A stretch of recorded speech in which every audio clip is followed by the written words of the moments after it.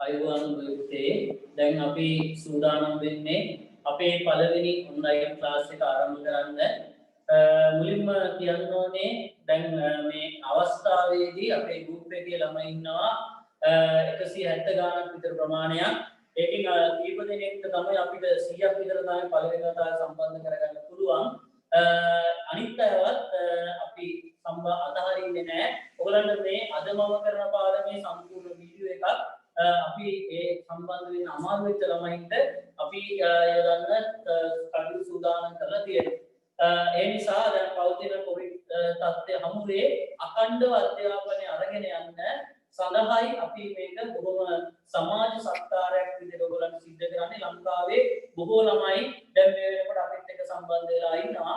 ඉතින් අපිට තියෙන්නේ මේ කාලය තුල උපරිම ප්‍රයෝජන ලබා ගන්න. හොඳයි, එතකොට අපි මේ පාඩමේ අද මේ ඔන්ලයින් පාඨමාලාව තුල අපි කරන්නේ ප්‍රශ්න පත්‍රය ඉලක්ක කරගෙන එන ප්‍රශ්න පිළිබඳ අවබෝධයක් ලබාගෙන ඒවට තියෙන පිළිතුරු සාකච්ඡා කිරීම. ඔයගොල්ලන්ට මම පන්තියේදී ගොඩාක් වෙලාවට කතා කරලා තියෙනවා කියලා දීලා තියෙනවා ප්‍රශ්න පත්‍රයේ හැදෙන ආකාරය පිළිබඳ. ප්‍රශ්න පත්‍රය හැදෙන්නේ පළවෙනි පත්‍රයේ ලකුණු 40ක් ඕගොල්ලන්ට ලැබෙනවා. ලකුණු 40ක් ලැබෙනවා. ලැක්කර ලකුණු දෙක ගානේ ලකුණු 80ක් වෙනවා. ඒත් මේක නැවත දෙකට බෙදෙන නිසා ලකුණු 40ක් අපිට ලැබෙනවා. එතකොට එකට ගාන තමයි ලකුණු ලැබීම සිද්ධ වෙන්නේ. එතකොට අපි පළවෙනි ප්‍රශ්න පත්‍රයට අදාළව ප්‍රශ්න පත්‍ර සාකච්ඡා කිරීම මේ පාඨමාලාව වරහා සිද්ධ කරනවා. දැන් එතකොට ඔයගලන්ට ලැබිලා ඇති මම විසින් සම්පාදනය කරපු පොත. එතකොට ඔයගොල්ලෝගේ සමහර ළමයින්ට මේ පොත ලැබිලා ඇති. ලැබිලා නැත්නම් අපේ පන්ති වාදකයෝ මට කතා කරලා ගන්න පුළුවන්. එතකොට මේ පොතේ ඔයගලන්ට 453ක් ඉරිගහන ප්‍රශ්න 453ක් තියෙනවා. අපි 453ම මේ හරහා සාකච්ඡා කිරීම කරන උත්තරේ. විතරක් නෙවෙයි උත්තරේ ආවේ කොහොමද? ඉන්නේ කොහොමද? මේ හා සමාන වෙනත් ප්‍රශ්නයක් ඔයගොල්ලන්ට ආවොත් විභාගෙදී ඔයගොල්ලෝ ඒකට මුහුණ දෙන්නේ කොහොමද? ඒ ඔක්කොම ටික අපි මේක හරහා කතා කිරීම කරමු. හරි, එතකොට අපි පළවෙනියට මම යන්නේ ඊළඟට දෙවෙනි පත්‍රය. දෙවෙනි පත්‍රය ඔයාලා ගන්නවා කොටස් දෙකකට කැඩිලායි ප්‍රශ්නය යොමු වෙන්නේ. පළවෙනි කොටස, දෙවෙනි කොටස සහ තුන්වෙනි කොටස විදියට. පළවෙනි කොටසට තියෙන රූප ආශ්‍රිත ප්‍රශ්න, සිතියම් සහ විවෘහගත රචනා ප්‍රශ්න. කියන්නේ කෙටි ප්‍රශ්න හතරක් වෙනවා. ලකුණු හතරක් ලැබෙන විදියට. සිතියම් ස්ථාන ලංකාව 12ක්, ඊළඟට ලෝකයෙන් 6ක් වෙනවා. රූප දෙකක් වෙනවා. ලකුණු 4 ගන්න ලකුණු 8ක් ලැබෙනවා. අද දවසේ අපි රූප ටිකක් සාකච්ඡා කරනවා.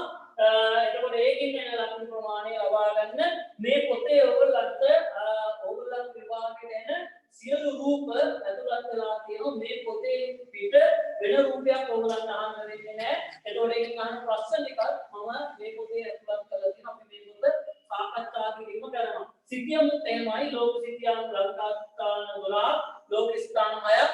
මේ සිතිය මේ පොතේ තියෙන සිතියම් ටික ලකුණු කරලා ඔයගොල්ලන්ට අනිවාර්යයෙන්ම මේ ලකුණු ටික හදා ගන්න පුළුවන්. ඊළඟට දෙවෙනි කොටස කියලා ඔයගොල්ලෝ අපි හඳුන්වන්නේ ලංකා ඉතිහාසයේ කොටස.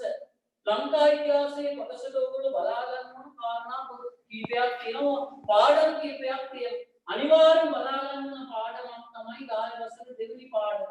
ඊළඟට 10 වසරේ 7 වෙනි පාඩම. ඊළඟට 10 වසරේ 8 10 පාඩම්. මේ දෙකෙන් එක ප්‍රශ්නයක් යොමු මෙන්න මේ විදිහට අනිවාර්ය ප්‍රශ්න කීපයක් තියෙනකොට බලා ගන්න. දැන් මම මේ පොතේ ඔයගොල්ලන්ට පොත ගත්ත දරුවන්ට පෙරලා බලන්න පුළුවන්. මේකේ 74 වෙනි පිටුවේ දක්වලා තියෙනවා ඒ විදියට පොත ප්‍රශ්න වලට කඩලා පාඩම් වලට කඩලා 10 දෙවෙනි පාඩම්, 10 වසරේ 7 වෙනි පාඩම්, 10 වසරේ 8 10 පාඩම් මේ විදියට අපි මේවා සකස් කිරීම කරලා තියෙනවා. එතකොට ඕගොල්ලන්ට පුළුවන් මේ පාඩම මේ පොතේ බලාගෙන මේ පස්ස ටිකට ලෑස්ති වෙන්න. ඉතින් අද දවසේ අපි පටන් ගන්නේ මුලින්ම රචනා ප්‍රශ්න පත්‍රය. රචනාපස්ස පත්තරේ කියන්නේ ලංකා ඉතිහාසයේ කොටස මේකේ ඕගොල්ලන්ට ප්‍රශ්න හතරක් ලියන්න සිද්ධ වෙනවා. එතකොට මේ ප්‍රශ්න හතරම කොට දාගන්නේ කොහොමද කියලායි අපි මේ වෙලාවේ කතා කරන්නේ. දැන් ඇත්තටම මොකද ඉතිහාසය කියන්නේ වෙනම විෂයක්. ඒක අපි හදාරන්න ඕන. නමුත් මේ වෙලාවේ ඔයගලන්ට තියෙන ගැටලුව ඉතිහාසය ඇදහැරීමටත් වඩා ඔයගලන්ට මේ වෙලාවේ තියෙන විභාගවල දාගන්න. ඒ නිසා ඒකට අවශ්‍ය කෙටි ක්‍රම ටිකක් තමයි මෙතනදී සාකච්ඡා කිරීම කරන්නේ. එහෙනම් අපි අද පළවෙනියට පටන් ගමු ලංකා ඉතිහාසයේ රචනාපස්ස පත්‍රය ලියන්න අවශ්‍ය කරුණු කාරණා ලියන්න අවශ්‍ය දැනුම ගොඩනගා ගන්න. හොඳයි එහෙනම් ඔයගලන්ට පේනවා ලංකා ඉතිහාසයේ අනිවාර්යම 10 වසර දෙවෙනි ප්‍රශ්නයක් යොමු වෙනවා. දැන් අපි ඒකට අදාළ ගොඩාක් පාඩම් කරලා තියෙනවා. නමුත් අපි ආපහු පුනරීක්ෂණයක් විදියට දැන් සූදානම් වෙන්නේ මුලින්ම මේ ප්‍රශ්න පත්‍රයට යොමු වෙන්නේ 2019 අවුරුද්ද ගිය අවුරුද්දේ විතරයි දෙවෙනි ප්‍රශ්නයට මේ පාඩම ඇතුළත් නොවුනේ. නමුත් තුන්වෙනි ප්‍රශ්නයට මේ පාඩමේ ප්‍රශ්නයක් ඇතුළත් වුණා. 2016 ඉඳන් මේ දක්වාම හැම අවුරුද්දකම 10 වසරේ දෙවෙනි පාඩම තමයි ඕගොල්ලන්ගේ ඉතිහාස O-level පේපරේ දෙවෙනි ප්‍රශ්නයට යොමු වෙලා තිබුණේ. ඒ නිසා මේක අනිවාර්යයෙන්ම මුහුදුට යන පාඩමක්. ඒ නිසා අපි මේක අද හදාගමු. ඔයගොල්ලන්ට පළවෙනි පැය තුනක පන්තියේ මේ පාඩමට දාන සීල දැනුම අරගෙන ඔයගොල්ලන්ට පුළුවන් මේ පාඩමට සීල ප්‍රශ්න ටිකට උත්තර සපයා ගන්න. හොඳයි මේ පාඩම තමයි ශ්‍රී ලංකා ඉතිහාසයේ යුග බෙදීම. දැන් අපිට මෙහෙමයි මේ වෙලාවේ අපිට ටික කතා කරන්න වෙලාව නෙමෙයි. අපිට අවශ්‍ය ඉතා ඉක්මනින් වේගයෙන් මේ කටයුතු සිද්ධ කරන්න. ඒ නිසා අපි ඉක්මනින් මේ වැඩ කටයුතු ටික සිද්ධ කරගෙන යමු. හොඳයි. ඔයගලන්ට තේරෙනවා ඕනම රටක පුතේ ඉතිහාසය අපිට දෙගන්න පුළුවන් ප්‍රධාන කොටස් දෙකකට. පළවෙනි කොටස තමයි ප්‍රාග් ඓතිහාසික යුගය. අනිත් එක තමයි ඓතිහාසික යුගය. මේ සීමාව අපි ලකුණු කරා ඔයාලට මතක ඇති ලිඛිත මූලාශ්‍ර බිහිවීම. ලිඛිත මූලාශ්‍ර බිහි වෙන්න පෙර කාලයට කියනකොට ප්‍රාග් ඓතිහාසික යුගය, ලිඛිත මූලාශ්‍ර බිහි වෙන පසු කාලයට අපි කියනවා ඓතිහාසික යුගය කියලා. එතකොට මේ ශ්‍රී ලංකාවේ ප්‍රාග් ඓතිහාසික යුගය පුතා ඒ සංස්කෘතියේ විවිධත්වය මත කොටස් දෙකකට කඩනවා. එකක් තමයි ප්‍රාග් ඓතිහාසික යුගයේ නමින් හැඳින්වෙන්නේ වෙන්නේ. ඒකට අපි තව වචනයක් කියනවා ගල් යුගය කියලා. ඊළඟ අනිත් එක තමයි පූර්ව ඓතිහාසික යුගය. පූර්ව ඓතිහාසික යුගයට අපි තව වචනයක් කියනවා වල මතක ඇති මුල් යකඩ යුගය කියලා. දැන් එතකොට මේ යුගයන් වෙනස් වෙන්නේ ළමයි මිනිස්සුගේ සංස්කෘතික පැවැත්මේ විවිධත්වය මත. සංස්කෘතික පැවැත්මේ විවිධත්වය කියන්නේ පුතා මොකද්ද? එකක් තමයි ආහාර රටාව. ආහාර රටාව අනුව තමයි මේ යුගයේ තියෙන කොටස් ටික වෙනස් වෙන්නේ. දැන් මුලින් අපි මේ කරුණු ටික ඉගෙනගෙන ඉන්නේ. ඊට පස්සේ මම ඔයගොල්ලන්ට දෙනවා මේකේ තියෙන ආදර්ශ ප්‍රශ්න ඉන්න පුළුවන් ප්‍රශ්න මොනවද කියලා. ඒක ඔයගොල්ලන්ට තනියම මේ ප්‍රශ්න උත්තර දෙන්න පුළුවන් නම් ඔයගොල්ලන්ට මේ පාඩම තේරුණා කියලා හිතන්න පුළුවන්. ඒ නිසා මුලින් මගට අහගෙන ඉඳලා ඔයගොල්ලන්ට පුළුවන් මේ පාඩමේ කියන කාරණා ටික ඉගෙන ගන්න තේරුම් ගන්න. right. මේ පැත්ත බලන්න පුතේ ආහාර රටාව. දැන් ඔයගොල්ලන්ට උන්නම් මෙතනිනුත් මේ බලා ගන්න පුළුවන් මේ තියෙන ආහාර රටාව. එතකොට පුතා මේ ප්‍රාග් ඓතිහාසික යුගයේ ආහාර රටාව කරුණු කීපයක් මත වෙනස් වෙනවා. පළවෙනි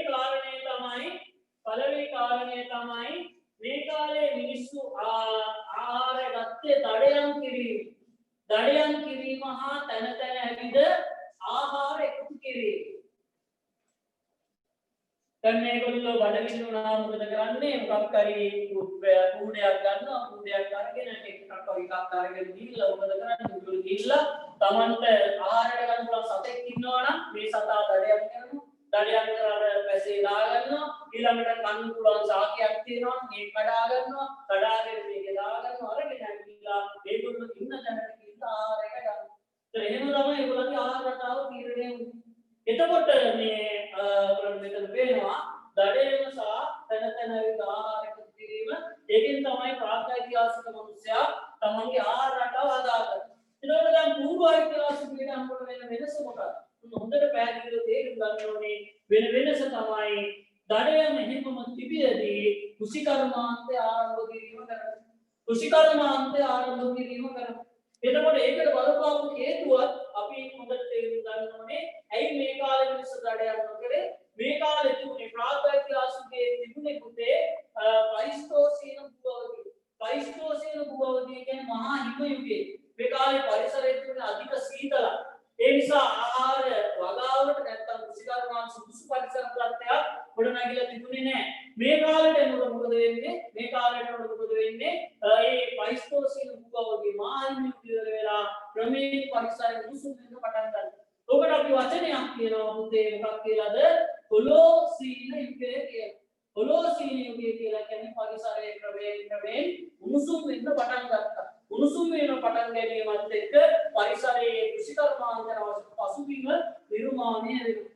ඔන්න එතකොට තියෙන වෙනස දැන් ඕගොල්ලන්ට හොඳට තේරෙන්න ඕනේ. ප්‍රාග්ෛතිහාසික මානවයාට අඩයක් කරමින් ජීවිත අවරාගත්තා. කුසි පූර්ව ඓතිහාසිකයේදී කුසිකර්මාන්තය ආරම්භ කිරීම කරා. හැබැයි දඩයම සම්පූර්ණයෙන්ම අතහැරියේ නැහැ. අපි ඒ ගැන ඊළඟට කතා කරමු. මොන එක වෙනසක් දැන් ඔයගොල්ලන්ට හොඳට තේරෙනවා. දෙවෙනි එක තමයි නිවාස. නිවාස කියන එක ගත්තොත් උතේ ප්‍රාග්ෛතිහාසික මානවයා ගත කලේ සංචාරක දිවි පෙවෙතක්. සංචාරක දිවි පෙවෙතක් කියන්නේ මොකද්ද? එක තැනක ඉන්නේ නැහැ ඒගොල්ලෝ. ඒගොල්ලෝ කරන්නේ තනින් තන ඇවිදිනු. තනින් තන ඇවිදලා වැස්ස කාලය තුල එක තැනකට ඉන්න. ඒ ඉන්න තැන අපිට ප්‍රධාන කොටස් දෙකකට කඩන්න පුළුවන්. එකක් තමයි ස්වභාවික ලෙන්, අනිත් එක තමයි විවෘත එලිමහන් ජනාවාස විදියට. මෙතන තියෙනවා නිවාස, සංචාරක දිවි පෙවෙත, ගල් ගුහාව. අත් අපි කියමු ගල් ගුහා පිප්පලවත්. එහෙම නැත්නම් ලෙන්. ඊළඟ විවෘත එලිමහන් ජනාවාස. දැන් ඔයාලා හරියට පාඩම් කරගන්න ඕනේ ගල් ගුහා පිප්පලවත් නැත්නම් ලෙන් කීපයක්. අපි කොහොමද වෙනත් ලේසියෙන් මතක තියාගන්න පුතේ ලේසිම පොඩි ක්‍රමයක් තියෙනවා. ඒ තමයි අපිට ලෙන එනවා. හැබැයි හැම ලෙනෙම අපිට ලෙන්නේ නැහැ. ඒ වුණාට සාමාන්‍යයෙන් ලෙනක් ඕගොල්ලන්ට ආවොත් දැන් 2016 ප්‍රශ්නේ දෙවෙනි ප්‍රශ්නේ ආවා ප්‍රාග්ෛතිහාසික මානවයා ජීවත් වෙච්ච ලෙන් දෙකක් සහ විද්‍යාමාන ස්ථාන දෙකක් ලියන්න. ඒතර ඕගොල්ලන්ට ලෙනාකට තියෙන දෙකක් ලියන්න මොනවද? ලෙනාකට තියෙනවා මොනවද? බටදොබ ලෙන, පායංගල ලෙන, ඊළඟට කිතුල්ගල බෙලි ලෙන, අත්තතොබඩ අලු ලෙන, ඔයගේ ලෙන් තියෙනවට අමතව රාවණායන, ඊට පස්සේ පොතාන, මේ වගේ ලෙන් අපිට හොයාගන්න පුළුවන්. ඊළඟට විවෘත එලිමහන් ජනාවාස. විවෘත එලිමහන් ජනාවාස ගත්තොත් පුතේ ලංකාවේ ඕගොල්ලන්ට මතක ඇති මෙන්න මේ පෙරලාසිත එලිමහන් ජනාවාස. බුන්දල, පතිරාජල, මිනිහා ගල්කන්ද මෙන්න මේවා තමයි විවෘත එලිමහන් ස්ථාන. ලේසියෙන් මතක තියාගන්න හේතුව. මොකද මේ දකුණු පළාතේ අනුබන්තොටට ආසන්නව තමයි මේ ස්ථාන තුන තිබුණේ. විවෘත එලිමහන් ස්ථාන තුනක් කියනකොට ලේසියෙන් ලියන්න පුළුවන්. විනයාගල්කන්ද, පතිරාජවිල, බුන්දල වගේ ස්ථාන. ඊට අමතරව හොඳට මතක තියාගන්න ඕන එකක් තියෙනවා. තෙත්කලාපයේ තියෙන විවෘත එලිමහන් ස්ථානයක්. ඒ තමයි බෙල්ලන්වැලි පැලැස්ස. ඒ වෙල්ලම්වැලි පැලැස්සත් අපි අරගෙන තියාගන්න මතක තියාගන්න ඕනේ. වෙල්ලම්වැලි පැලැස්ස කියන්නේ තෙත්කලාපීය එලිමහන් වාස ස්ථානය. ඊළඟට ඕගොල්ලන්ට මතක තියාගන්න වෙන ඔය විදියට. ඒ කියන්නේ කොහොමද මොනවද තෙත්කලාපීය ලෙන් මොනවද? වටදොබ ලෙන, පායංගල ලෙන, ඊළඟට කිතුල්ගල බෙලෙන. වියලිකලාපීය ලෙන් මොනවද? වියලිකලාපීය ලෙන් තියෙනවා පොතාන අලිගල. ඊළඟට එලිමහන් ජනාවාස ගත්තොත් පෙරලාසිත එලිමහන් ජනාවාස මොනවද? බුන්දල, පතිරාජවල, මිනිහාගල්කන්ද. ඊළඟට මොනවද? තෙත්කලාපීය එලිමහන් ජනාවාස මොනවද? තෙත්කල වෙල්ලම්වැලි පැලැස්ස. ඊළඟට කඳුකඩ එලිමහන් වාසස්ථාන මොනවද? බණ්ඩාරවල, හොටන්තැන්. මේ විදිහට ඔයගොල්ලෝ පොතෙන් ඔයගොල්ලන්ට හොයාගෙන අනිවාර්යයෙන් මේකත් පාඩම් කරගන්න ඕනේ. හොඳයි. ඊළඟට මෙතෙන්ට ගියාම තියෙන වෙනස මොකක්ද? සංචාරක දිවි පෙවෙතක් ගත කරපු මිනිස්සයා හරිද මෙතෙන්ට ගියාට පස්සේ තියෙන වෙනස තමයි ස්ථීර වාසීතාවය ආරම්භ කරන්නේ. පුතේ ඔයගලන්ට ලේසියෙන් මතක තියාගන්න පුළුවන් දඩයන් කරන මිනිස්සයා හැමදාම මෙතන ඉන්න බෑ. දඩයන් කරන මිනිස්සයා හැමදාම මෙතන ඉන්න බෑ පුතා. ඇයි ඒ දැන් එයා පිටු ගොළු බෙල්ලන් ආරයට ගත්ත තියෙන ගොළු බෙල්ලන් ආරයට ගන්නකොට කාලයක් තිස්සේ එකම තැන තියෙන ගොළු බෙල්ල ප්‍රමාණය අවසන් වෙනවා. එතකොට ඒගොල්ලන්ට එතන එක තැන දිගු කාලයක් හිටියට ආහාර සොයාගෙන අපහසු වෙනවා. ඒ නිසා ඒගොල්ලෝ කරන්නේ තනින් තන ඇවිදින. නමුත් දැන් මෙතෙන්ට ගියාම කුෂිකර්මාන්තේ පටන් ගන්න තියෙන අන්නේ වගේ පාඩම් ටිකට කුෂිකර්මාන්තේ ආරම්භ කරාට පස්සේ දේශිම දේ තමයි ස්ථිර වාසීතාවය ගන්න කියන්නේ. දැන් මෙයාට යන්න හේතුවක් නැහැ. තනින් තන යන්න හේතුවක් නැහැ. ඒ නිසා ලේසිම ක්‍රමය තමයි මේ ස්ථිර වාසීතාවය වර්ණගා ගැනීම. ඒ පිළිබඳ හෙළිවන ප්‍රධාන සාධන ස්ථානවල හොඳට දන්නවා මොකද්ද? උද රංචාමඩම නිවාසික ස්ථාන. උද රංචාමඩම නිවාසික ස්ථානයේ හම්බුණා මේගොල්ලෝ විසින් හදාගත්ත නිවසක අත්තිවාරම. නිවස හම්බුණා කියන වාදිරියක් එපා. නිවසක් හම්බුණා. නිවසක අත්තිවාරමක් හම්බ වෙන්නේ තිබුණා. ඊළඟට අපි ගත්තොත් ආයුධ. ආයුධත් පුතා මොකද වෙන්නේ? ආයුධ ගත්තොත් මේගොල්ලෝ කරේ කල් ආයුධ විපදවීම. ඒවට වලට මතක තී කියපු නම සුද්‍ර ශිලා මේවලන් මේගොල්ලෝ කරේ මොනවද? ගල් ආයුධ තමයි පාවිච්චි කරන්නේ. ගල් ආයුධ පාවිච්චි කරනවා පූර්ව ඉතිහාසවලදී මොකද වෙන්නේ? ලෝහ භාවිත වෙනවා. ලෝහ ආයුධ භාවිතා කිරීම ආරම්භ ලෝහ ආයුධ භාවිතා කිරීම ආරම්භ ලෝහ ආයුධ භාවිතා කරාට ගල් ආයුධ සම්පූර්ණයෙන් අත්හැරියේ නෑ. දැන් අපි මේ කාරණා දෙකම උඩරංචාමඩ වේසික ස්ථානයේ ජීවන රටාව ගැන කියද්දී අපි ඉස්සරහට කතා කරමු. ඊළඟට අභිචාර විධි. අභිචාර විධි ගත්තොත් මේගොල්ලන්ගේ තියෙන අභිචාර විධියේ අවබෝධිමත් අභිචාර විධි. දැන් විභාගෙට යන්න ආවොත් 2016 අවුරුද්දේ පස්සේ ආවා. ඕගොල්ලෝ පුතේ විභාගයේදී ප්‍රශ්නයක් තියෙනකොට ලියන්න ඕනේ, හිතන්න ඕනේ මේ පේපරේ බලන කෙනා මෙලෝ දෙයක් දන්නේ නැති එක්කෙනෙක්. මෙලෝ දෙයක් දන්නේ නැහැ මෙයා. මේ මිනිස්සයා මොකුත් දන්නේ නැහැ. එහෙනම් අපි යාට කියලා දෙන්න ඕනේ ටිකෙන් ටික හැමදේම කියන්නේ. දැන් එහෙනම් අපි බලමු පිළිවෙල. අවිධිමත් අවිචාර මේගොල්ලෝ මොකද කරන්නේ? කෙනෙක් මේ ගියාට පස්සේ සතුන්ගේ අංක බැලලා ලීදංගන ආදානෙන් මුලින්ම කරන්නේ මුලට වලක් කාරණා මේ. වලක් කාරණා මොකද කරන්නේ? අර මලමිණියක තැන්පත් කරලා. තැන්පත් කරලා පොළොඩු වලින් මහලා දාන්න. ඊට පස්සේ මොකද කරන්නේ? ටික කාලයක් යනවා. ටික කාලයක් ගියාම මේ ශරීරය අපි මොනවා කළා මේ ආරක්ෂා කරත් මේ ශරීරයේ කවදාද මොකද වෙන්නේ? විනාශයටපත් වෙනවා. මේ මස් දියලා ඉතුරු වෙන්නේ ඇටකට විතරයි. ඒ ඇටකට ඊට පස්සේ අතන හාරලා නැවත එළියට අරගෙන ගුරුගල්ලාලේ කරලා ඒ වගේ කිසියම් අභිචාර විදි ඒක ඇතරේ අභිචාර විදියක් විදිහට කිසියම් චාරිත්‍රයක් විදිහට හරිද මේ අභිචාර විදි කරලා ගුරුගල්ලාලේ කිරීම කරලා ඊට පස්සේ නැවත වරණා තිබීම කරලා තියෙනවා. දැන් කොහොමද අපි එහෙම කියන්නේ? ඒ කියන්නේ බලවිනිය ගොඩ අරගෙන පස්සේ ඇටකට වරම් තැන්පත් කිරීම කරා කියලා කියන්නේ හම්බෙලා තියෙන පුතේ ඇටකට ස්වරූප අනුව දැන් බාහිර වලින් හම්බුණා ගුරුගල්ලාලේ මොකද ඇටසැකිල්ල. ඒක ඔයාලට පේනවා පුතේ අපේ මෙහෙම අත තියෙද්දි අපිට පුළුවන් ද මේ අතේ ඇටකට වල ගුරුගල්ලාලේ කරන්න බෑ. නේද? එහෙනම් අනිවාර්යයෙන්ම මස් දියලා ඇටකට වෙන්න. ඊළඟට හම්බුණා බාහිර වල ඊළඟ ස්ථානය තමයි රාවණා ඇල්ල. මේ හොඳට පාඩම් කරලා තියාගන්න. රාවණා ඇල්ලේ හම්බුනේ දෙකට බෙදෙන ලෙස සිතුරු විදිහට මේ ඉස්කබල. එතකොට මේ ඉස්කබල අපිට මෙහෙම තියෙන දෙකට බෙදන්න බෑ. ඒ නිසා බුදුදහම අනිවාර්යයෙන්ම අපි හිතනවා මේකෙදි වෙලා තියෙන්නේ මොකක්ද?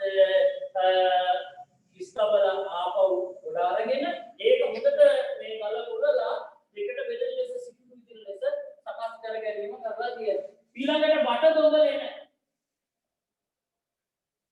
බටදොබලෙන් හම්බුනේ නම වකුටු කරන ලද ඇටසැකිලි. ඒක ඇටසැකිලි හදලා තියෙන මෙන්න මෙහෙම. මේ වගේ නම වකුටු කරලායි මේ ඇටසැකිලි කියලා තියෙන්නේ. දැන් මිනිස්සෙක්ට මේ ඉන්න බෑ. ඒ නිසා අපි අනිවාර්යයෙන්ම තේරුම් ගන්න ඕනේ මෙතන මොකද වෙලා තියෙන්නේ. මේ ඇටසැකිලි මිනිහාගේ මස් දිය වුණාට පස්සේ ඇටසැකිලි ගොඩ අරගෙන තමයි නැවත මේ විදිහට තුනකට තැන්පත් කිරීම කරලා තියෙන්නේ. ඒ නිසා අපිට මේ ස්ථාන තුනේ කඩවලින් රාවණයන් පාරියම් වලින් නම් වෙනවා. ඒගොල්ලන්ගේ අභිචාර විද්‍යාව අපි ආවෝගේ මොකද? මොකද කරන්නේ? පිළිවෙලට මුලින්ම කරන්නේ ගස් මේ සතුන් යම් කැබැල්ලක් දීලක් ආදානේ මලක් කරනවා. ඊට පස්සේ මලමිණියක තැන්පත් කරනවා. තැන්පත් කළා මොකද කරන්නේ? පොළොවට වලින් මහනවා ඊට පස්සේ කාලයක් යද්දි මස් දිය වෙනවා ඊට පස්සේ ඒකේ තියෙන ඇටනොට්ටි ගොඩට ගන්නවා ගොඩට අපි ගුරුගල් ආලේ කිරීම ආදී කරලා නැවත වදලා ඒ පිළිබඳ සාධකම් වෙනවා පායයන් වලින් ධාවනයලෙන් වටක වලින් තියෙනවා කි ස්ථානවල දැන් එතකොට ඊළඟට මෙතෙන්ට යනකොට තියෙන වෙනස මෙතෙන්ට කියන්නේ පූර්ව ඉතිහාසවල තියෙන වෙනස අභිචාර විදිහකට ක්‍රමවත් වෙනවා විධිමත් සුසානචාර්ක පටන් ගන්නවා දැන් අපි විශ්වවිද්‍යාලයේ පුරා විද්‍යාවේ ඉගෙන ගත්තා ඇයි මේගොල්ලෝ මේ විදිහට අභිචාර විදිහට ඒකට හේතුව දේපල කියන්නේ මරණයට මේ කෙනෙක් මරණයට පස්සේ සුසානචාරිත කරා මේ වගේ දේපල නීත්‍යානුකූල භුක්ති විඳින්න පුළුවන්. ඒක ටිකක් දීර්ඝ කතාවක්. අපි මේ අවස්ථාවේ බලන්නේ මේ මොනවද මේ සුසානචාරිත බෙදෙනාවතේ ප්‍රධාන මහසිලා සුසානචාරිත අපිට බෙදන්න පුළුවන් ප්‍රධාන කොටස් තුනකට. පළවෙනි එක තමයි ශිලා මංජුසා. ඔබේ පන්තිදී කටපාඩම් කරනවා මතකද ශිලා මංජුසාල කරන්නේ කොහොමද? චතුරස්‍රාකාර හැඩයට දල්පතු හතරක් මේ විදිහට තියෙන හතර පැත්තේ ඊට පස්සේ මොකද කරන්නේ භස්මාවශේෂ බහලු මැටි බඳුන් මේක තුල තැම්පත් කරලා උඩින් දල්පුරුකින් ආවරණය කරනවා හතර පැත්තේ මෙහෙම දල්පුරු හතරක් තිබ්බම හම් වෙනවා මන්දුසාවක් කියන්නේ මොනවාරි දෙයක් තැම්පත් කරන්න තියෙන තැන. ඔයාලා දැකලා තියෙනවා මංගල මුද්‍රේම පාරු කරගන්න වෙලාවලදී මුද්දා ගන්න පොඩි මන්දුසාවක් තමයි මංගල මුද්ද දෙන්නේ. ඒතරේ මන්දුසාව කියන්නේ යම් කිසි දෙයක් තැම්පත් කිරීමට තියෙන ස්ථාන. හරි ඊට පස්සේ එතකොට මේ ස්ථාන වලින් තමයි මේ ද්‍රව්‍ය මේ ගල් වලින් හදලා තියෙන නිසා මේකට කියනවා ශිලා මන්දුසා කියන්නේ ගල් වල. එතකොට මේක කරන්නේ මැටි මුට්ටියට භස්මාංශය දාලා මේක තැම්පත් කිරීම කරනවා. දැන් ඔයාලට මතක ඇති මේකට අදාළ ස්ථාන. මතකද? දඹුල්ලට නුදුරු ඉබ්බන් කටු. දැන් අපි කිව්වා ඉබ්බන් කටු කියලා අපි නිකන් ලියන්නේ නැහැ. පිළියෙල දඹුල්ලට නුදුරු ඉබ්බන් කටු. දඹුල්ලට නුදුරු ඉබ්බන් කටු. යාපාවුගේ ගල් සොහොන් කනත්ත ඊළඟට ගලේ වලට නුදුරු යටි ගල් පොත්ත ඔන්නවාගේ ස්ථාන වලින් ශිලා මන්දුසාවල අදාළ අවශේෂ නැත්තම් තොරතුරු හම්බෙලා තියෙනවා සාක්ෂි හම්බෙලා ඒක අනිවාර්යෙන් පාඩම් කරගන්න. දෙවෙනි එක තමයි පුතා මොකද්ද? වරණි සුසාන. වරණයකට අපි අලින් සිලබස් එකේ ඉගෙනුනේ කුම්භීය නිකනන කියලා තමයි මේ පොත ලියද්දී මේ නම් තමයි පාවිච්චි කරේ. නමුත් දැන් පස්සේ කාලේ ගම වෙනස් කරලා වරණි සුසාන කියලා නව වෙනස් කරා. මොකද්ද වරණි සුසානයක් කියන්නේ? මෙන්න මේ වගේ ලොකු මැටි වාදනයක් තමයි වරණියක් කියන්නේ. එතකොට මොකද කරන්නේ මේ භස්මාවශේෂ බාලු කුඩා මැටි බඳුන් මේ වගේ විශාල මැටි බඳුනක වහා තැන්පත් කරනවා. ඒකට තමයි මොකක් කියන්නේ වරණි සුසාන කියලා කියන්නේ. එතකොට වරණි සුසාන අදාළ ස්ථානයක් අච්චු පොතේ නැහැ. ඒ නිසා හොඳට මතක තියාගන්න වරණි සුසාන වෙලා තියෙනවා පොම් පරිප්පු කියන සුසාන භූමියේ පොම් පරිප්පු මතකද උගන්වනකොට කිව්වා නේද අනිවාර්යයෙන්ම මේ ඇලතිල්ල දාන්න කියලා. නැත්තම් පරිප්පු වෙනවා කියලා ඉගෙනුවා නේද? හරිද? ඒවා ගන්න තව කල් තියනවා කියලාත් අපි කිව්වා. හරිද? පොම් පරිප්පු කියන ස්ථානය තමයි මොනවද වරණි සුසාන වලට අදාළ ස්ථාන. ඊළඟට තුන්වෙනි එක තමයි මැටි ඔරු ආකාරයේ පැරණි සුසාන. මැටි ඔරු ආකාරයේ පැරණි සුසාන. මොනවද මේ මැටි ඔරු ආකාරයේ පැරණි සුසාන කියන්නේ අමු මැට්ටෙන් හදනාලමයි මේ වගේ වේශමක ඇටක උපකරණයක්. අපි පොඩි කාලේ ගණකාගවල අඳින්න ඉගෙන ගත්තේ නේද? මෙන්න මේ වගේ හදනවා මමු මැට්ටෙන් හදන මැටි වලින් හදනවා වේශමක ඇටක උපකරණයක්. හදලා ඊට පස්සේ මොකද කරන්නේ? මේක තැන්පත් කිරීම කරනවා මේකේ මුලින්ම මලමිනිය ආදානය කිරීම කරනවා. අන්න වෙනස. මේ දෙකට සාපේක්ෂව ගත්තොත් මේකේ තියෙන වෙනස තමයි මේක කරන්නේ මුලින්ම ආදානය කිරීමට මේක පාවිච්චි කරනවා. ඔන්න දැන් පිටුවේ දීලා හුවොත් වරේ මැටි ආකාරයේ පරිසුසානියක් දීලා මේක පාවිච්චි කරන්නේ මොකටද කියලා? ඒගොල්ලෝ තේරුම් ගන්න ඕනේ ලියන්න ඕනේ මොකටද මේක පාවිච්චි කරන්නේ? බලමිනි ආදානය කිරීම සඳහා මේ කුච්චද පිච්චීම සඳහා මේක පාවිච්චි කරනවා. ඊට පස්සේ තියෙන භස්මාවශේෂ මොකද කරන්නේ? භස්මාවල තැන්පත් මැටිවල උදාහරණ තියෙනවා රංචාවට පොළොව ගියා රංචාවට රජයේ විද්‍යාල භූමියේ හම්බුණා ඔයගලගේ අච්චු පොතේ අදාළ පින්තූරේ තියෙනවා අලුදුම් මුල්ල බෙරගල නිකවල මුල්ල අලකොටුවාව ඔයගේ ස්ථානවලින් මෙන්න මේ විදිහේ මැටිවල ආකාරයේ දරන සුසාන හමු වීම සිද්ධ වෙලා තියෙනවා එහෙනම් ඔයගලන්ට තේරෙනවා මෙන්න මේ ක්‍රමවත් සුසාන දැන් එතකොට අවිධිමත් චාරිත්‍රය ඊළඟට මොකද වෙන්නේ ක්‍රමවත් භාවයටපත් වුණා උදාහරණ උදාහරණ තමයි ශිලාවන්දසා වර්ණස්ථාන සහ කුම්භිය නිකනන නැත්නම් ශිලාවන්දසා වර්ණසා මැටිවුරු කියන වර්ග ඒකට අදාළ නිදසුන් සහිතව ඔයගොල්ලෝ ඒක පාවිච්චි කර ගැනීම කරන්න ඕනේ ඊළඟට ඔයගලන්ට මේ පූර්ව ඉතිහාසයේ ලක්ෂණ තුනක් ලියන්නට විභාගයට આવොත් ඔයගලන්ට පූර්ව ඉතිහාසයේ අදාළ ලක්ෂණ තුනක් ලියන්නකොත් ඔයගලන්ට වලට කුචිකර්මාන්ත ආරම්භ කරා ස්ථිර වාසීතාව පටන් ගත්තා ලෝහ භාවිතය ආරම්භ කරා ප්‍රමුඛ සුසාන චාරිත්‍ර ආරම්භ කරා ඊළඟට ඔයගලන්ට එනවා මෙතන ප්‍රාග්ධාතිය සහ පූර්ව ඉතිහාස වෙනස්කම් කියන්නේ මේ වතු ඉතා වැදගත් මේක ඔයගලන්ගේ පොතේ තියෙනවා පොතේ 87 වෙනි පිටුවේ තියෙනවා මේ වගේ දාලා ඊළඟට මේකෙන් පස්සේ ඔයගලන්ට මම දාලා තියෙනවා මේ සාමාන්‍ය මේ පාඩමෙන් අහන්න පුළුවන් ප්‍රශ්න වලට උත්තර මෙතෙක් අහන්න පුළුවන් මේ පාඩම් වල ප්‍රශ්න උත්තර තියෙන දවල්වල වගකීම තමයි මේ ටික හොඳට කටපාඩම් කරගන්න. කටපාඩම් කරගත්තු කමක් නැහැ පුතා මේක හැමදාම අහන ප්‍රශ්න මේ තියෙන්නේ. හොඳට එක ලකුණක්වත් අඩු කරගන්න නැතුව ලකුණු 18න් 18 නොගන්න ඕලන්න තියෙන්නේ මේ ටික හොඳට පාඩම් කරගන්න. ඒකේ තියෙනවා මේ විභාගෙට අහන්න පුළුවන් සියලු ආකාර කොයි විදිහට ඇහුවත් ඔයාලා ලියන්න වෙන්නේ මේ උත්තර ටික. ඒ නිසා ඒක ඔයගලගේ වගකීම තමයි හොඳට පාඩම් කරගන්න. දැන් මම නිතර පන්තියේ කියනවා දෙමෝපියන්ට ආදරේ නම් ඊළඟට අම්මට තාත්තට ආදරේ නම් අම්මගේ තාත්තගේ ඇස්වලට අඳුරක් එන්නේ නැතුව හිනාවක් දකින්න ඕනේ නම් නේද? අම්මා තාත්තගේ තමන්ගේ ආඩම්බරයක් කරන්න ඕන නම් කරන්න තියෙන හොඳට ඉගෙන ගන්න. ඒ නිසා එම උවමනාවක් තියෙන දරුවෙක් නම් ඔයා අනිවාර්යෙන් මේක හොඳට පාඩම් කරගන්න.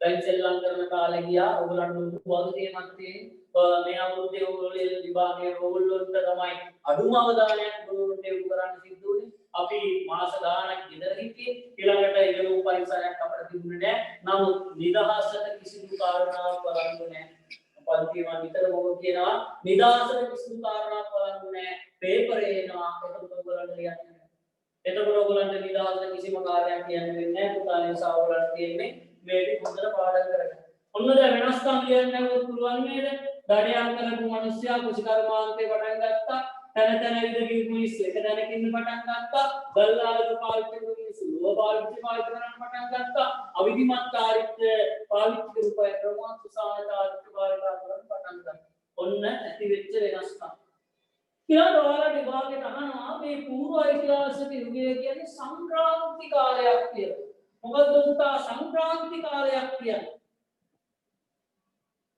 පූර්ව ඓතිහාසික අපි යුගය අපි නිර්වචනය කරන්නේ දැන් බලන්නකො සමහර ළමයින්ට අපි පාස් පේපර් කරනකොට පූර්ව ඓතිහාසිකයේ නිර්වචනය කරන්නා මේගොල්ලෝ නිර්වචනය කරලා තිබුණේ නැහැ. සමහර කාලවකවානු පටලගෙන තිබුණා. පූර්ව ඓතිහාසිකයේ නිර්වචනය කළා කියන්නේ විභාගයට අවුත් අන්දේසි. පූර්ව ඓතිහාසිකයේ තියෙන ප්‍රාග් ඓතිහාසිකයේ අවසානයි. ඊළඟට මුල් ඓතිහාසිකයේ ආරම්භය. පූර්ව ප්‍රාග් ඓතිහාසිකයේ අවසානය මුල් ඓතිහාසිකයේ ආරම්භය අතර කාල පරිච්ඡේදයට තමයි අපි මොකක් කියන්නේ දුතා පූර්ව ඓතිහාසිකයේ කියන්නේ. ඒක දෙකක් අතර තියෙන නිසා මේක සංක්‍රාන්ති අවධියක්. සංක්‍රාන්ති අවධියක්. සංක්‍රාන්තියක් කියලා කියන්නේ ළමයි මේ යුග දෙකේම කලවම් වීමක් තියෙන්නේ. දැන් අපිට විශ්වවිද්‍යාලයේ ඔබට උගන්වන්නේ දැන් මේ පැත්ත බලන්න හොඳට මේ තියෙන්නේ ඓතිහාසික යුගයේ පුලිතම පූර්ව ඓතිහාසිකයක් තිබුණේ නැහැ කියලා එනවා මේ තියෙන ප්‍රාග් ඓතිහාසික යුගය. දැන් මේ ප්‍රාග් ඓතිහාසික මානවයා ඉතිහාසයේ කියන රේඛාව දිගේ ඇවිදගෙන යනවා. ඒතර මෙයා දල්ලාවද පාවිච්චි කරන එක තැනක විතරක් ජීවත් වෙන්නේ එක තැනක ජීවත් වෙන්නේ නැති කියලා අවිධිමත් චාරිත්‍ර තියෙන මිනිස්සෙක්. මෙයා මෙතෙන්ට ඇවිල්ලා මෙතෙන්ට ඇවිල්ලා මෙන්න මෙතෙන්ට එනවා. දැන් බලන්න ළමයි හෙට ඓතිහාසික යුගයේ ඔයා හිතන්නේ මේ මනුස්සයාට එකපාර දල්ලාලු ගයින් කරලා හෙට ඉඳන් මම ලෝආවුද පාවිච්චි කරලා වෙනස් වෙන්න පුළුවන්. එහෙම එකපාර වෙනස් වෙන්න බෑ. ඊළඟ මෙයාට එකතැන ජීවත් වෙන්නේ නොහිතපු මෙයා හෙට ඉඳන් මම එකතැන ජීවත් වෙලා එක දවසින් මේක වෙනස් වෙන්න බෑ. ඒකට කිසියම් කාලයක් ගත වෙනවා. එහෙනම් මේ ගතවන කාලය තමයි පුතේ පූර්වයිතිහාසයේ දවාර හොඳටම පේනවා මෙතන. කුසිකර්මාන්තය ආරම්භ කළත් මේ බලන්න දඩේවත් කවුරුටත් පවත්වාගෙන ගියා. පුරරංචාමඩම නිවාසික ස්ථානයේ ඕලන්ට මතක ඇති ගෙදරින් හම්බුණා කුස්සියේ තිබිලා දඩේව සඳහා පාවිච්චි කරපු සත්තුන්ගේ යටපත්. කුසිකර්මාන්ත ආරම්භ වුණේ කොහොමද දඩේව තියෙන්නේ? අන්න එතකොට මේ දඩේවට දඩේව සම්පූර්ණයෙන්ම අත්හැරියේ නැහැ. මෙතනත් බලන්න මේ ලෝභ භාවිතය අරමුවාට දල්ලාලිය සම්පූර්ණයෙන් අත්හැරියේ නැහැ. එයන් වාට තේරෙන්න ඕනේ මේ මුල්ලා මේ පූර්වයිතිහාස කියන්නේ සංක්‍රාන්ති යුගයක්. සංක්‍රාන්ති යුගයක් කියලා කියන්නේ මොකද්ද? යුග දෙකක අතර කාලය. මේකට අපි කිව්වා පුරාවිද්‍යාව සිංහල වචනයක් නෑ කල්චර් ලැග්ස්. ලැග්ස් කියන්නේ අලුත් මේ තාක්ෂණියාවත් මිනිස් තවදුරටත් පරණ තාක්ෂණය පාවිච්චි කරනවා.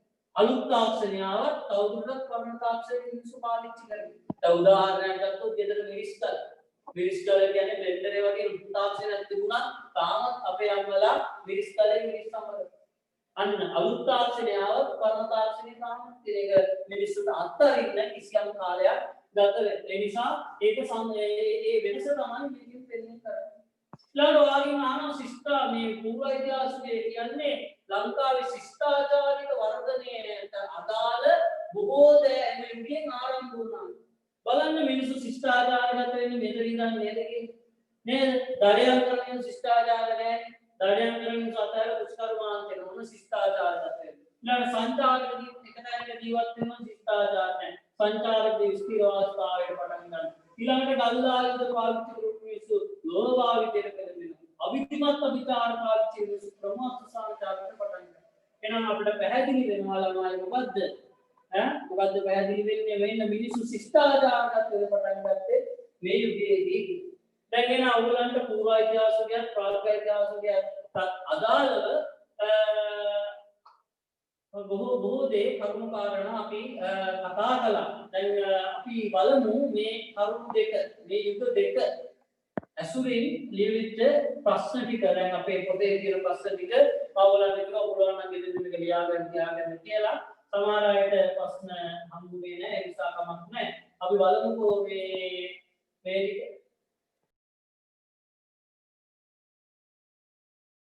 මැටියෝරු සුසාන වලට උදාහරණ ආයි කියන්නේ කියලා මේ කියලා තියෙනවා. මැටියෝරු සුසාන උදාහරණ පුතා රංචා මඩම කොළඹගේ ආර රත්නපුර දිස්ත්‍රික්කයේ තියෙන්නේ. රත්නපුර දිස්ත්‍රික්කයේ මැටියෝර මේ කොළඹගේ රංචා මඩම ඊළඟට ඌව පළාතේ අල්තුම් මුල්ල ඊළඟට ඌව පළාතේ බෙරගල ඊට පස්සේ ඔය පුතුන අච්චුපුතේ තියෙන්නේ නැති තැන තියෙනවා කල ඔටුවාව නිකවල මුල්ල මේ ස්ථානත් මැටියෝරු ආකාරයේ කරමින් සුසාන් වලට උදාහරණ. දැන් මගේ WhatsApp page එකේ ඔයගොල්ලන්ට පුළුවන් ඕන ප්‍රශ්නයක් අහලා තියන්න. අපේ group එක මේ මම සීමා කරලා තියෙන මට විතරක් මේ පණිවිඩ දාන්න පුළුවන් වෙන විදිහට ඒක ඔයගොල්ලන්ගේ ආරක්ෂාව සඳහා නමුත් මගේ WhatsApp අංකය ඔයගොල්ලන්ට ඕන වෙලාවක විවෘතයි. ඔයගොල්ලන්ට පුළුවන් ඕන ප්‍රශ්නයක් මගෙන් අහන්න. හොඳයි. දැන් අපි බලමු. මෙන්න අපේ අහන තියෙන ප්‍රශ්න ටික ප්‍රාග් ඓතිහාසික මානවයා තමන් ජීවත් වූ ප්‍රදේශයට අනුවර්තනය වෙමින් ජීවත් විය. පළවෙනි ප්‍රශ්න අහලා තියෙනවා ප්‍රාග් ඓතිහාසික මානවයා ජීවත් වූ පරිසර කලාපවලින් තුනක් නම් කරන්න. රයිට්? ඉතින් කියවන්න බලන්න දැන් මම ඔයාලට කිව්වා පරිසර කලාප තුන නම් ලේසියෙන් මතක තියාගන්න පුළුවන්. එකක් තේ, අනිත් එක වියලි, අනිත් එක අර්ධ සුස්ක, අනිත් එක සුස්ක.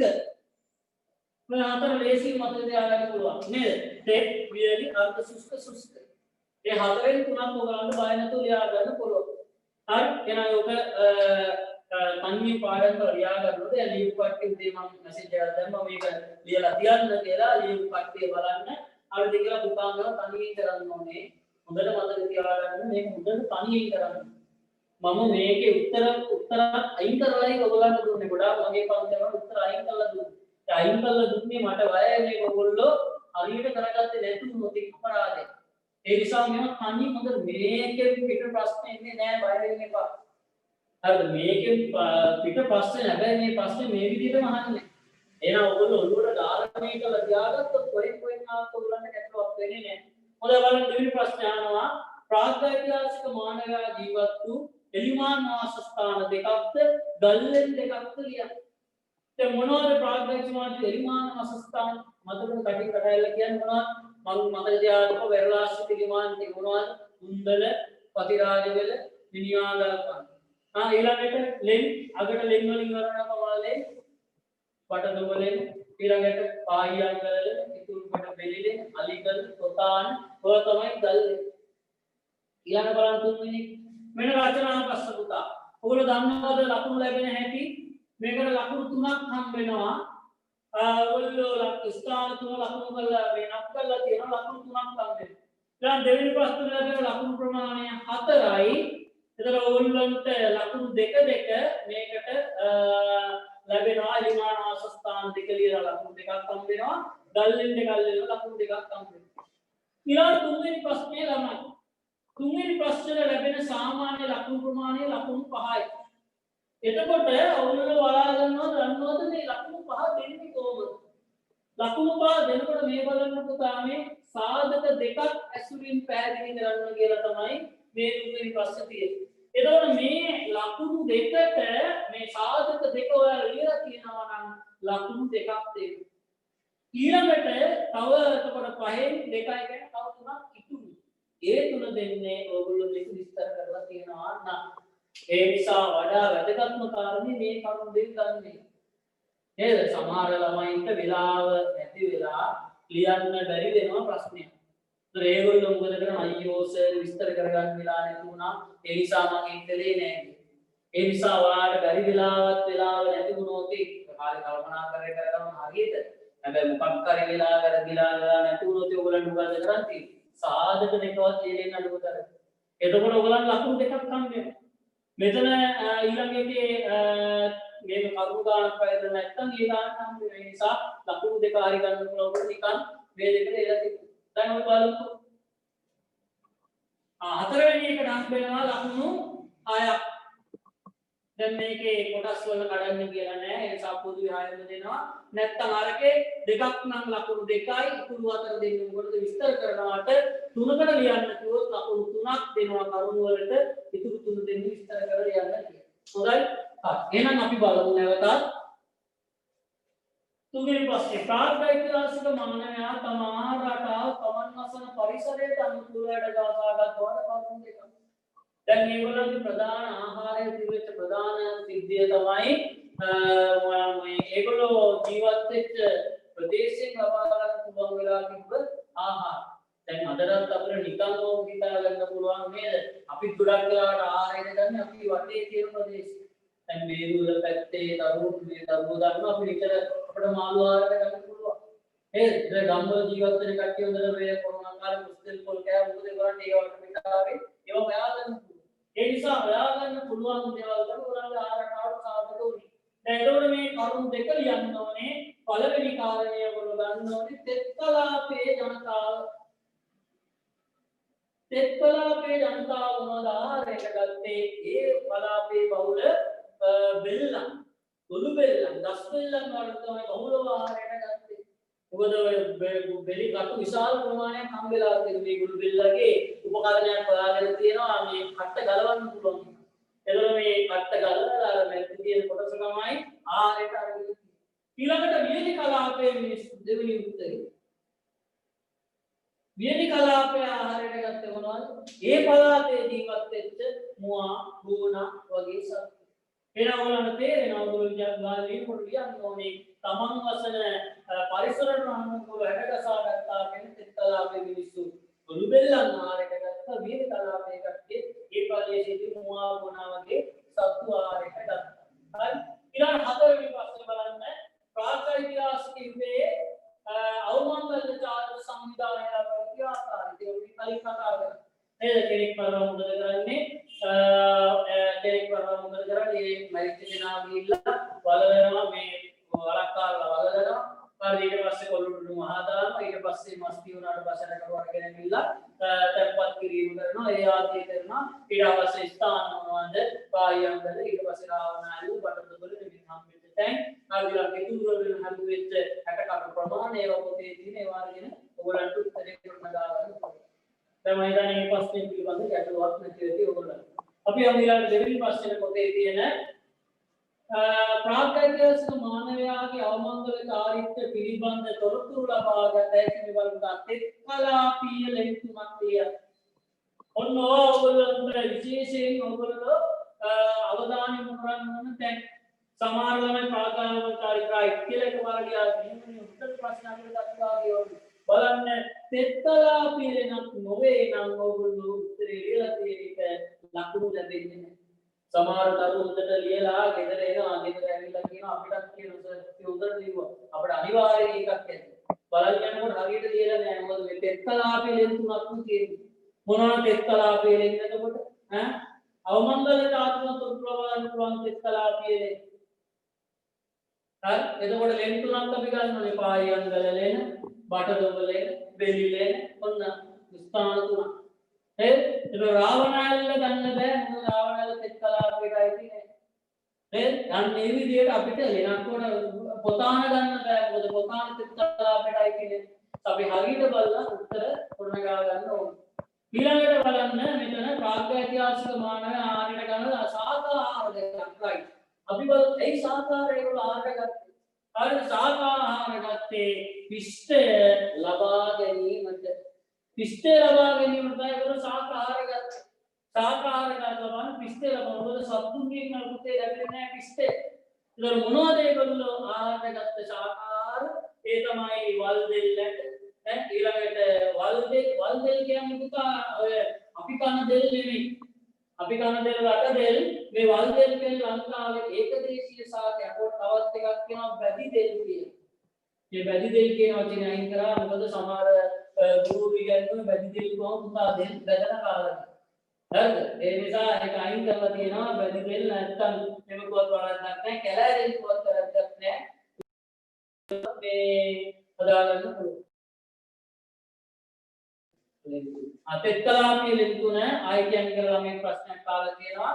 පාරියංගල ලෙන උලක් සිංහල පාරියංගල ලෙන ඊළඟට කිතුල්ගල බෙලි ලෙන ඊට පස්සේ කුරුවිට බටදොබ ලෙන හරි ආයි ගොල් පාරියංගල ලෙන උලක් සිංහල එහෙමයි ලියන්නේ අපි ඒකක් ගන්න මට්ටමේ ලියන්න ඕනේ ඔය එක පහෙන් ලියන්නේ උලක් සිංහල පාරියංගල ලෙන ඊළඟට කිතුල්ගල බෙලි ලෙන අවිස්සාවැල්ලට ලුදු කියන්නේ ඊළඟට කුරුවිට බටදොබ ලෙන හරි හොඳයි ඊළඟට අපි ආයන් වල් දෙල් ඊට පස්සේ නැති දෙල් ඊට පස්සේ කැලෑ දෙල් කොහොත් තමයි අපි වගේම කෙසෙල් වල් කෙසෙල් කැලෑ කෙසෙල් ඊට ඇටි කෙල් කොහොත් තමක් නැහැ ඊළඟට කැකුණෑට දෝතළු වැටවල මැද මේ වගේ අය තමයි ආහාරයට අරගෙන තියෙන්නේ ඊළඟට සත්ව ආහාර දෙකක් කියනවා සත්ව ආහාර කොහොමද ඔයගොල්ලන්ට ලේසි ඔය ඉතින් පාඩම් කරනවා නේද සත්ව ආහාර කොහොමද මම ඔයාලා වයිටේ බලාගෙන උන්ට අතිරේක වාසි තියනවා නේද පස්සේ කවුරු හරි ආවොත් කියන්න පුළුවන් දැන් ඕන තරම් තිරවල් දුන්නා හරිද කළු වලහ සමී මින්න මුළු ලෑව නේද ඊළඟට මේ පිපුරා නේද ඊළඟට වගේ සත්තු ආහාරට අරගෙන තියෙන විශේෂයෙන් බෙල්ලන් වර්ග ඊළඟට කලබු බෙල්ල ගොළු බෙල්ල හරි ඊළඟට මී මින්න උළු ලෑව ඊට පස්සේ කළු වලහ දවර කියන්නේ ලොකු ආහාරයක් කරලා ලොකු සතේ දැන් මැද වීගේ සතේ ඔයගේ සත්ව ආහාරයට ගත්තා ඊළඟට බලන්න ඊළඟ පස්සේ ජනප්‍රිය ප්‍රශ්නයක් පූර්ව ඉතිහාසයේ ඉස්පෙර පැවති ප්‍රාග්ධෛතිහාසික වෙනස් වීම බලපෑම කරුණු තුනක් දැන් කියන්න පුළුවන් නේද අපි අර වගේ ගහලා නේද සංතාරක දිවිවේදී ස්ථිරවාසීතාවට මාරු වුණා දල්ලායු වලින් වාර්ග පාවිච්චි කරන්න පටන් ගත්තා ඊළඟට ගඩේ මාට කුචිකර්මාන්ත ආරම්භ කරන්න පටන් ගත්තා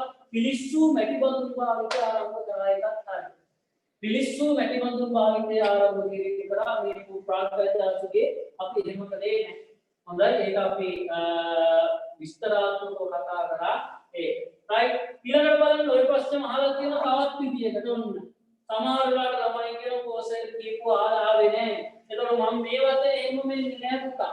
ඔයගොල්ලෝ හොඳට බලා ගන්න ඕනේ. මේවල පූර්ව ඉතිහාසක අපිට වැදගත් වන්නේ මෙරට ශිෂ්ටාචාරික වර්ගන දාලා බොහෝ දෑ එම යුගයේ ආරම්භ නිසා උදාහරණ දෙකක් මගෙන් පැහැදිලි කරා. ඒතකොට ඔයගොල්ලෝ කියන්නේ මොකද්ද මේ ශිෂ්ටාචාරික වර්ධනයට අවශ්‍ය බොහෝ දෑ මේ යුගයෙන් ආරම්භ මොනවා ශිෂ්ටාචාරගත මොනවාද කුෂිකර්මාන්තේ පටන් ගන්න. ඒ නැත්නම් පොඩි සටහනක් දාගන්න කුෂිකර්මාන්තය ඉතින් දන්න උත්තරේ ඕලන්ට වෙලා තියෙන මේ අහන්නේ මොකද්ද කියලා තේරෙන්නේ නැහැ. කුෂිකර්මාන්තේ ආරම්භ කිරීම ඊළඟට ස්ථිර වාසීතාව ආරම්භ කිරීම ශිෂ්ටාචාරගත වෙන්න බෑ තනින් තන විදිහට. කඩයන්තර කරපුවා ශිෂ්ටාචාරගත වෙන්න බෑ. ඊට ශිෂ්ටාචාර නැහැ එතකොට. එතකොට කියන්නේ මොකද්ද වනචාරී. වනචර වන කියන්නේ කැලේ චාර කියන්නේ හැසිරෙනවා.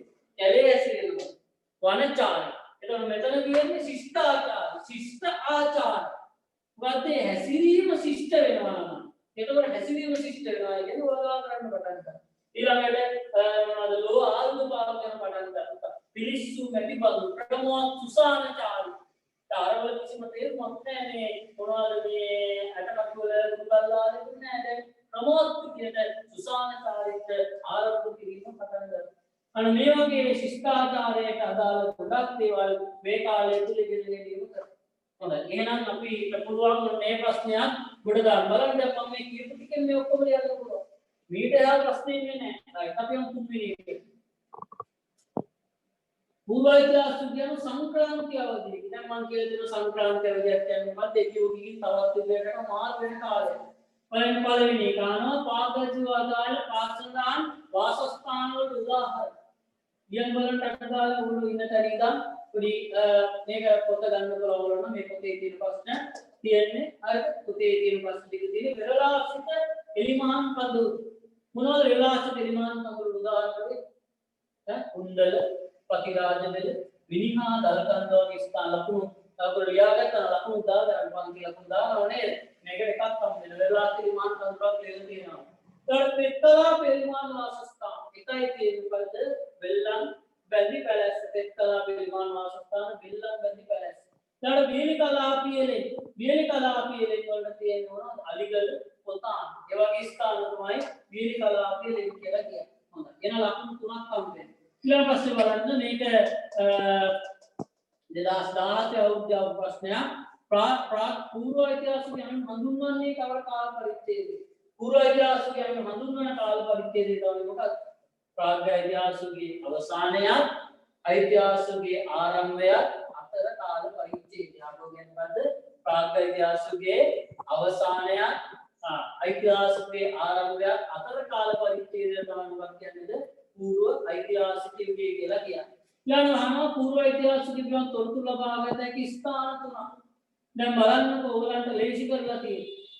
මෙතන අහලා නැහැ අවමංගල්‍ය කාරීද එහෙම නැත්නම් ජීවන රටාව පිළිබඳවද එනම් නැටිවරුද ශිලාමන්දුසා එහෙම අහලා නැහැ මාර්ගයේ මාන්නත් පුළුවන් අවමංගල්‍ය කාරීද ලැබෙන ස්ථාන තුනක් ලියන්න මෙත් ශිලාමන්දුසා තොරතුරු ගැන ස්ථාන තුනක් ලියන්න මෙටිවරු සුත්තා සසානම් ස්ථාන තුනක් ලියන්න ඒ විදිහට ඔයගලන්ට පුළුවන් ස්ථාන ගොඩනගා ගැනීම කරන්න. ඒතකොට මෙතන පොදුවේ ලියන්න ඕනේ එද ඉබ්බන් කටුව ඊට පස්සේ ගලේ යටිකල් පොත්ත ඊළඟට කොම්පරෙක්ටු ඊළඟට මෙරගල රංචාමඩ ඕන එකක් කියන්න පුළුවන් උඩ රංචාමඩම කියන්නත් පුළුවන් right අන්න එකක් ගොඩක් දෙනෙක් තියෙන ප්‍රශ්නයක් උඩ රංචාමඩම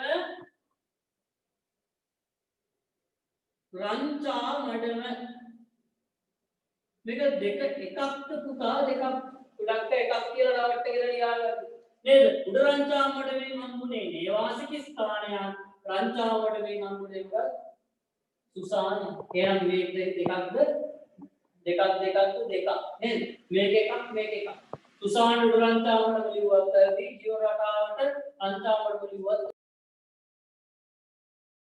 කලාපීය දෙන්නාලියන්න කියලා තියෙනවා වීලි කලාපීය දෙකයි වීලි කලාපීය දෙක තමයි අලිගල පොතාන මොකද වීලි කලාපීය දෙක අලිගල පොතාන දෙක තමයි වීලි කලාපීය දෙක වෙන්නේ හොඳයි එන එකක් හරි ඊළඟට පූර්ව ඉතිහාස ස්ථානත් අරගෙන දුක දැන් මෙතන ස්ථානයේ නිසා උඩ රංචාව ලියුවත් තමයි රංචාවටම දෙකම ලියුවත් තුන්වෙනි එක බලන්න పూర్ව ඓතිහාසික යුගයේ අවමංගල චාරිත සංවිධානාත්මක ස්වරූපයක් දත් බව එම යුගයේ අභිචාරක මුදුර සුරින් පැහැදිලි කරා. අභිචාරක මුදුර මතකද මොකද්ද? ශිලා මංජුසා ඊළඟට මැටි ඔරු බරණි.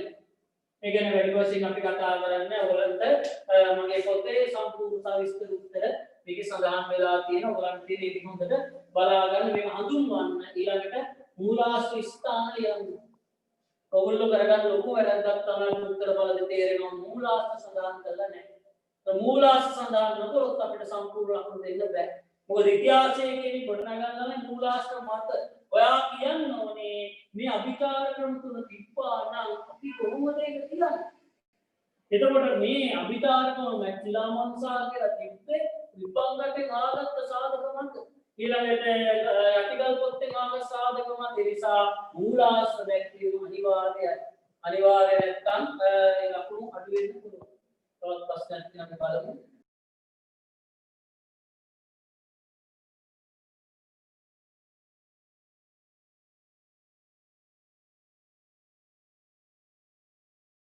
හොඳ ප්‍රශ්නයක්. මුල් ඓතිහාසික යුගයේ අපි කාල නිර්ණයක් කරනවා විසු පූර්ව ආර්ථික බලන උත්තර 300 කියලා. පූර්ව ඓතිහාසික එහෙම හරියට කාල නිර්ණයක් කරන්න බැහැ. ඒකට සාධක අපේ ප්‍රමාණවත් විදිහට හම්බෙන්නේ නැහැ. අපි සාමාන්‍යයෙන් දල වශයෙන් අපි මේ පූර්ව ඓතිහාසික ආරම්භය ගන්න විසු පූර්ව 2400 හැබැයි ඒක හරියටම මෙදා මේ කාලුණා කියලා අපිට කියන්න බැහැ. ඒ නිසා කාල නිර්ණය ලියන්න එපා. දැන් අපි දැක්ක අපි 2016 පේපරේ කරාණි පන්ති කරනකොට ගොඩාක් දරු ලියලා තියෙනවා 2400 නම් ක්‍රිස්තු පූර්ව මේ 450 දක්වා කියලා. මොකද අපි දල වශයෙන් මේ කාල නිර්ණය කරගෙන ඉන්න කරේ. හරිද? ඒ නමුත් හරියටම අපිට කියන්න බෑ මේ කාලේ කියලා. සාධක හම් වෙන කාල හරියටම මේ කාලේ අපිට කියන්න බෑ. මේ කාලේ සාහිත්‍ය මූලාශ්‍ර කොට ගැගෙන නිසා නිශ්චිත දින කාලවකවානුව කියන්න පුළුවන්. පුරා විද්‍යා මූලාශ්‍ර නිශ්චිත දින කාලවකවානුව කියන්න අපිට බෑ. හරියටම බදු කැමලිපේ කරුණු කවුරුද කියලා අපිට කියන්න බෑ. හරියටම ප්‍රාග් ඓතිහාසික මානවය ආමෝදන කොයි කාලෙද දවසකවද උදේ දවසක එහෙම කියලා කියන්න බෑ. මොකද ලිඛිත මූලාශ්‍ර සාහිත්‍ය මූලාශ්‍ර නැති නිසා. බොහොම හොඳයි. ඔයගොල්ලන්ට ඕන ප්‍රශ්නයක් මම ඔයගොල්ලන්ගේ මයික් ඕෆ් කරලා තියෙන්නේ මොකද වටපිටාවේ තියෙන සම්පූර්ණ හැරෙන නිසා. ඔයගොල්ලන්ට පුළුවන් SMS එකක් දාන්න අපේ තාක්ෂණ විද්‍යාලය හරහා ඔයගොල්ලන්ට පුළුවන් මට ප්‍රශ්න යොමු කරනවා අපේ ගෝලෙක් ඉන්නේ එයා හරහා මට පුළුවන් ප්‍රශ්නේ දැනගන්න. හොඳයි. එහෙනම් අපි මේ තුනත් ගොඩනගාගත්ත හතරවෙනි එකත් ආයෙ කතා කරන්න දෙයක් නැහැ. පූර්ව ඓතිහාසිකයේ සංක්‍රාන්ති යුගයක් ලෙස හඳුන්වන්නේ කියලා සංක්‍රාන්තියක් කියලා හඳුන්වන්නේ යුග දෙකේ වල අක්ෂර තිබ්බ නිසාය. කෘෂිකර්මාන්ත ආරම්භ කරත් දල්ලා මේ මොනවද දඩේමක් පවත්වාගෙන ගියා. උදාහරණ පෙන්නන්නේ රංචාමඩේ මුදරමති උදරංචාමඩ නිවාසික ස්ථානයේ හරියට ඒක ලියන්න. ඊළඟට මොන සත්තු ගැටකන්තු කියලා තියෙන ඒවා ලියන්න. අච්චු පුතෙන් හරි මගේ පුතෙන් හරි තොරතුරු ගන්න. ඊළඟට දල්ලා පාවිච්චි කරත් තවදුරටත් මොකද කරේ මේ ලෝහාද පාවිච්චි ආරම්භ කරත් දල්ලා පාවිච්චි තවදුරටත් පවත්වාගෙන ගියා. හොඳයි. ඊළඟට හතරවෙනි ප්‍රශ්නේ අපි අහලා තියෙන්නේ මම පූර්ව ඓතිහාසිකයේ පදනම් කරගෙන පූර්ව ඓතිහාසික යුගයේ සුසාන ක්‍රම පූර්ව ඓතිහාසිකයේ සුසාන ක්‍රම පිළිබඳව දැන් ආන්නේ සුසාන ක්‍රම පිළිබඳව තොරතුරු ලබා ගන්න ස්ථාන තුනක්. එතකොට උදවංචාවට ලියන්න බෑ. හැබැයි මෙතන තවදුරටත් ඔයාලා ලේසි වලින් අහලා නැහැ සිලාවන්දුසාද නැති ඔරුද එහෙම නැත්නම් මොනවද කුම්බිය නිකරන වරණිත එහෙම කියලා අහලා නැහැ. තව තියෙනවා ශිලාකී දුක්ඛමයේ වල ක්‍රමයේ ඒවත් තියෙනවා මෙතන අහලා නැහැ මොකක්ද කියලා. ඒ නිසා කැමති ස්ථාන තුනක් කියලා. බම්බත් ඊට පස්සේ කොම්පරිප්පු ඊළඟට මේ නිකවල දුන්න ඊට පස්සේ රන්තාමඩම සමහර ළමයි අනුසය ඒකවල වර්ග තුنين ලියන්න ඕනේ. එහෙම එකක් නැහැ. ඕනට කැමති විදිහට ලියන්න. ඊළඟ පූර්ව ඓතිහාසිකයේ ලක්ෂණ දෙකක්. හරි ලේසි ඔකත්. මොකද්ද? ලෝභාවිත ආරම්භ කළා දුෂ්කර්මාන්ත ආරම්භ කළා වගේ මැද පෙළේ තියෙන කරුණු ටික ලියා ගන්න පුළුවන්. ඊළඟට ජීවන රටාව පිළිබඳ උඩරංචාමඩම නිවාසික ස්ථානින් හොයාගත්ත කරුණු. උඩරංචාමඩම නිවාසික ස්ථානින් හොයාගත්තේ මොනවද? එතකොට එතනින් හම්බුණා මොකද එකක් පිලිස්සු මැටි බඳුන් භාවිත. අන්නේ කොතනදියත් ගාගන්න අමාරුනම් පිලිස්සු මැටි බඳුන් භාවිතා කරා. පිලිස්සු මැටි බඳුන් භාවිතා කරන් බ්‍රංචාම් වලින් හම්බුණා බඳුනා. දැන් අපි ඊළඟට පිටුර කරද්දී මේ වටික අපි කතා කරමු. පිලිස්සු මැටි බඳුනක් හම්බුණා. ඒක ගැන ලියන්න ඊළඟ සකපෝරු පාවිච්චි කරලා ඒක හදලා තියෙන අනිවාර්ය මොකද ඒකේ ගියදාතුන්ගේ සම්මිතික ආකාරයට අනුව ඊළඟට තව දෙයක් අපට හොයාගන්න පුළුවන් ගල්ලාල්ද භාවිතා කිරීම සම්පූර්ණයෙන්ම අත්හැරියේ නෑ. මොකද කුස්සියේදී වැඩිම වෙලා ගල්ලාල්. ඊළඟට දඩයම් කිරීම සම්පූර්ණයෙන්ම අත්හැරියේ නෑ කියලා හොයාගත්තා නේද? කෘෂිකර්මාන්තය පදනම් කරගත්තා. නමුත් ඊළඟට තවත් ඔය ගේතිලෝ තිබෙනා මොනවා කාන්තාවන් තමන්ගේ ශරීර අලංකරණය කිරීම සඳහා භාවිතා කරපු ඇස් අඳුන් ගෑමට පාවිච්චි කරපු ලෝකුන් දෙකක් ඊළඟට රතු සහ කහ පැහැති ගුගල් ඊළඟට ඒවා මොනවද වර්ණ ආලේප කරන්න පාවිච්චි කරපුවා අර ඒ වගේ දේවල් මේ අමරන්නගත් ගල් දෙකක් ඊට පස්සේ බබලු මේවා වුණා මේකේ පැහැදිලි වෙන්නේ මේකෙන් පැහැදිලි වෙන්නේ ළමයි ඒගොල්ලෝ ඒ කාන්තාව උසස් ජීවන රටාව ගත කරා කියන්නේ. හතරේ එක සුසාන ක්‍රම පිළිබඳ තොරතුරු ලබා ගන්න ස්ථාන තුනක් අමාරු නෑ. කැමති තුනක් කියන්න. නේද? ඉබ්බන් කටු ඊළඟට ගලේ නුදුරු යටි ගල් පොත්ත ඊළඟට මේ අනිත් පැත්තෙන් ගත්තොත් කරණි තියෙන කොම්පරික්කු මැටි උරු සුසාන තියෙන පංචාමට දෙරගල අල්දුමුල් ඉකවල මුල් අරෝටුවාව ඕන එකක් මෙතන ලියන්න පුළුවන්. පූර්ව ඓතිහාසිකයන් ඊළඟට පටල ගන්න එපා. සමහර දරුවෝ පූර්ව ඓතිහාසිකය වටේ දාන්න නැතුව ලියන්නේ බඩදොලේ ඒවා වැරදි හරියට කියන්නේ පූර්වද ප්‍රාග්ධ කියලා හරියට බලන්න. ඊළඟට අපි යන්නේ ටිකක් හොඳ ප්‍රශ්නයකට වෙනස් ප්‍රශ්නයකට ළමයි වරද්ද ගන්න තැනක් මේ හතරවෙනි ප්‍රශ්නේ.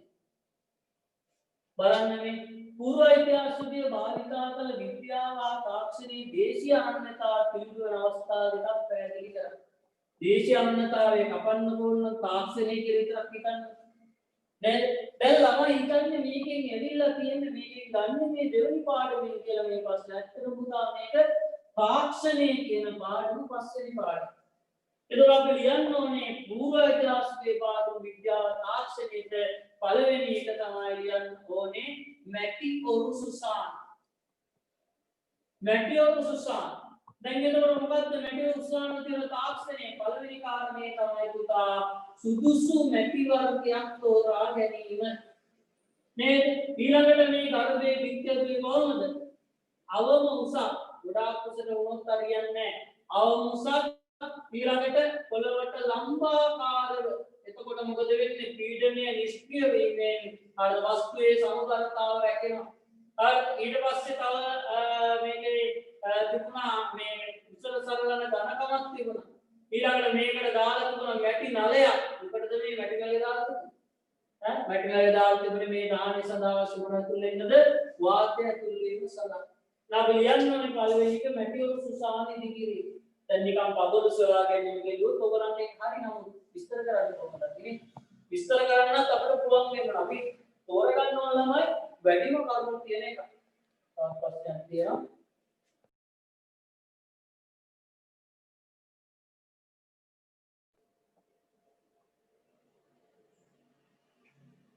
අවමංගල්‍යකාරී සංවිධානාත්මකව තුනේ තුනට එන්න උත්තරේ පුතා අර තුන ශිලාබන්ධ සාලියන්න ඕනේ. ඊළඟට මැටි ඔරු ලියන්න ඕනේ. ඊළඟට මේ බරණි ලියන්න.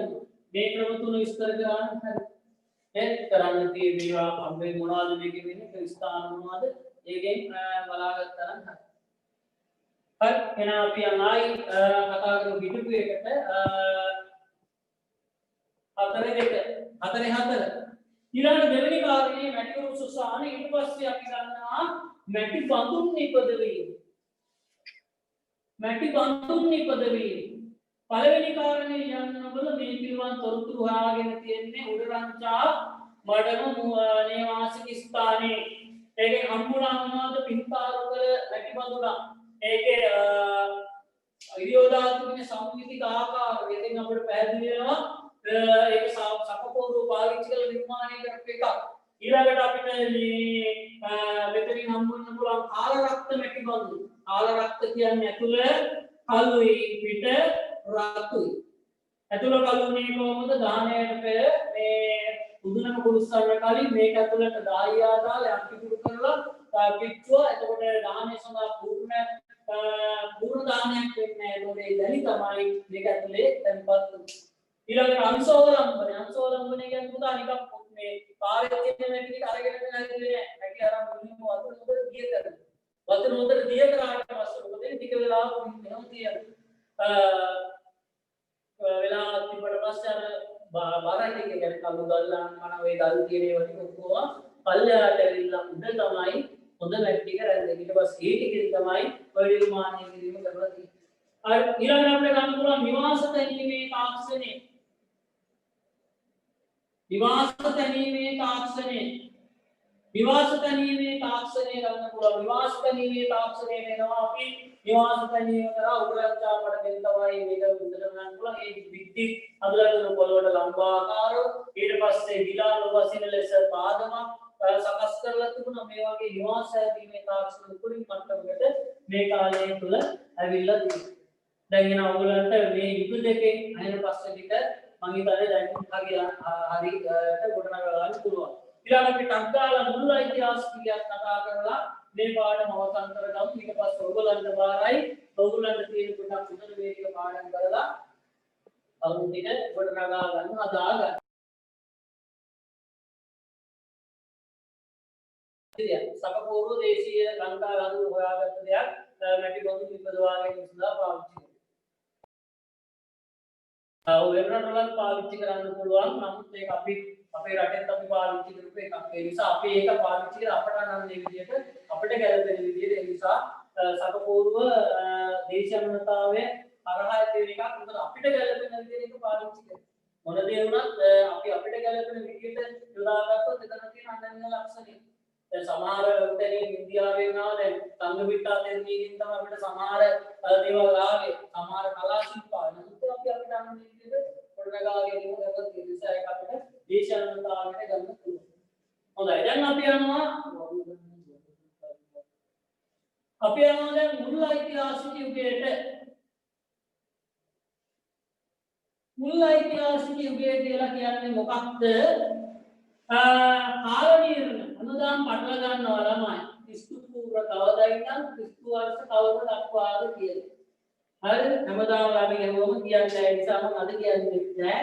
හරිද? මුදල බලා ගන්න පාඩම් කරගන්න පොත ඔයාලා. හරිද?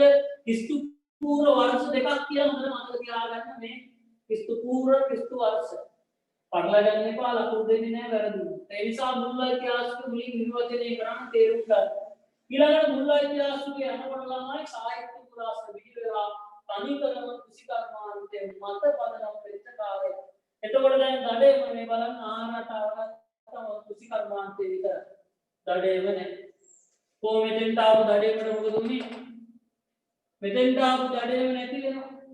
මෙතන ආපු දඩේම නැහැ කෘෂිකර්මාන්තයේ විතර. මේ බලන්න මෙතන දඩේම විතරයි. මෙතන කෘෂිකර්මාන්තයේ දාන දඩේම මෙතෙන් දැන් කෘෂිකර්මාන්තයේ විතරයි. ප්‍රාග්ඥාතිහාසිකයේ දඩේම විතරයි මුල් ඓතිහාසික කෘෂිකර්මාන්තයේ විතරයි මේකේ තමයි සංක්‍රාන්ති ලක්ෂණය මෙතෙන් පැති මිනිස්සු දඩේම ගන්න. ඔය දඩේකට වඩා මිනිස්සු කෘෂිකර්මාන්තයේ දේශි. සමහර ළමයි අහනවා ඇයිසර් දැන් අද අපි මස් කනවා. අපි අද කුකුල් මස් කනවා. කුකුල් මස් කෑවට අපි අද දුන්නයි කියලා අරගෙන වඩේ දුනා කුකුල් ඊට පස්සේ දුලා විදලා අර මරාගෙන ගන්නේ අපිට සත්පාලන කෘෂිකර්මාන්තය කියනවා. අඩේට ගියා සත්පාලනය කියන මස් ගත්තා. ගෙදරට ගෙන ආයිසා කෘෂිකර්මාන්තේ සත්පාලනයක් ඇතුලේ. ඒ නිසා කෘෂිකර්මාන්ත විතරයි අද තියෙන්නේ.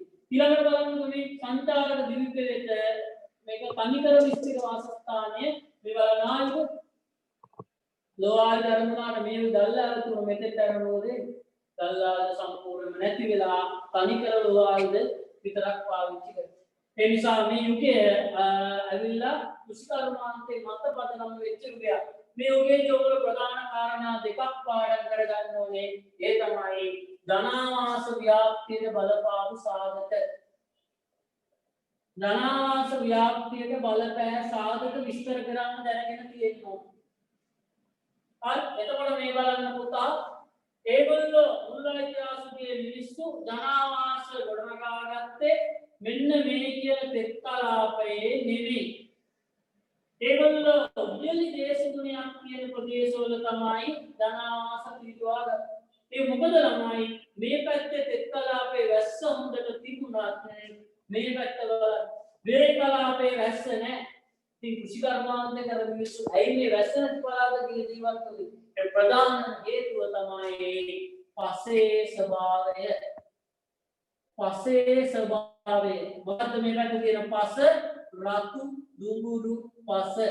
මේ රතු දුඹුරු පස ඇවිල්ලා පුතා කෘෂිකර්මාන්ත ඉතා යෝග්‍යයි.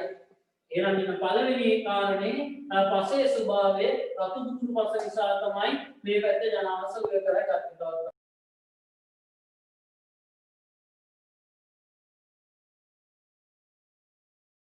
युगे गमक लक्षण එතකොට පූර්ව ඓතිහාසික ගමක ලක්ෂණ වෙන්නේ එතකොට කෘෂිකර්මාන්තයේ ගොඩනගාගෙන තියෙන එක ඒ ඊළඟ ස්ථිර වාසීතාවයේ පාවිච්චි ක්‍රීඩිකු තමයි ගන්න.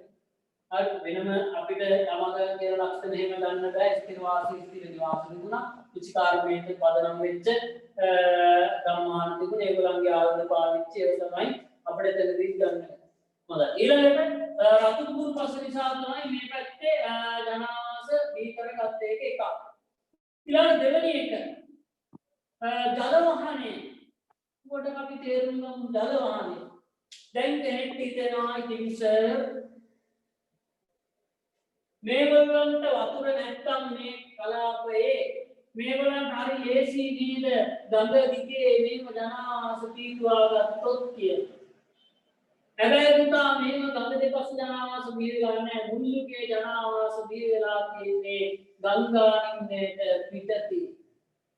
ඔක අපි හොඳටම පැහැදිලි කරගන්නවා. කිරිඳි ඔය ඇසුරේ මච්චු පොතේ තියෙනවා ඊගාන පස්සගතාවේ කවුරුද කිරිඳි ඇසුරෙන් තමයි මේ හොයාගන්නේ. මුල් කාලේ ඒගොල්ලෝ ඈතින් තමයි ජනාවාස පිටවන්න හේතුව තමයි වාර්ෂිකව ගෙනෙන ගම් වතුර පාලනය කිරීමේ තාක්ෂණයක් හොයාගෙන තිබුණේ නැහැ. ඒතකොට ගම් වතුර පාලනය කිරීමේ තාක්ෂණයක් තිබෙන්නේ නැති නිසා තමයි ඒගොල්ලෝ මේ විදියට මේ ගඟෙන් ඈත ජනාවාස බිහි කරගන්නේ. නමුත් දැන් ඊළඟ ගම් වතුර පාලනය කිරීමේ තාක්ෂණයක් හොයාගන්න. මොකක්ද ඒක? ගංගහරා බඳිනවා ළමයි අමුණක්. ගංගහරා අමුණක් බඳලා මොකද කරන්නේ? වතුර එක්රැස් කරගන්න. ඇලමාර බොස්සේ අරන් යනවා පුතේ වැව්වල. මේ වගේ අමුණු බඳලා ඇලමාර බොස්සේ අරගෙන යනවා වැව්වල. එතකොට මේ ගඟේ ජල ධාරිකා වැඩි වෙනවා දෙපස වැව්වදලා වතුර තැන්පත් කර ගැනීම කරනවා තියෙනවා.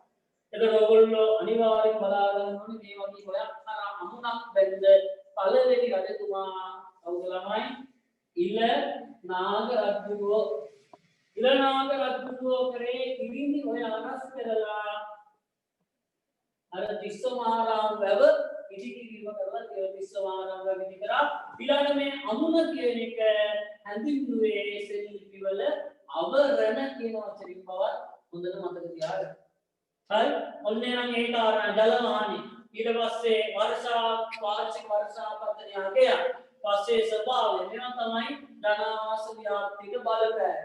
ඊළඟට අවසාන පස්සේ මේ පූර්ව ඓතිහාසික ගොඩාක් පැයට අමාරුයි කියලා හිතන එකක්. මේ වචනේ හොඳට මතක තියාගන්න ජනාවාස ව්‍යුහය හා ස්වරූපයේ ලක්ෂණ. ඒක අවුරුද්දක මේ ප්‍රශ්නය ගොඩක් ළමයින්ට නිකන් පස්සේ දැක්කම අන්තබන්තේ. කලින් කිව්වේ පූර්ව ඓතිහාසිකයේ ජනාවාස බිහි කර ගන්න බලපාපු සාධක පළවෙනි එක තමයි පසේ ස්වභාවය. මේ කිව්වේ මොකද්ද? රතු දුඹුරු පස තිබ්බ නිසා දැන් වියලි කලාපේ ජනාවාස බිහි කරගත්තා. ඒකේ මන්ත්‍රය ඇයි තෙත් කලාපයට නොගින් වියලි කලාපයට ගියේ? පසේ ස්වභාවය නිසා.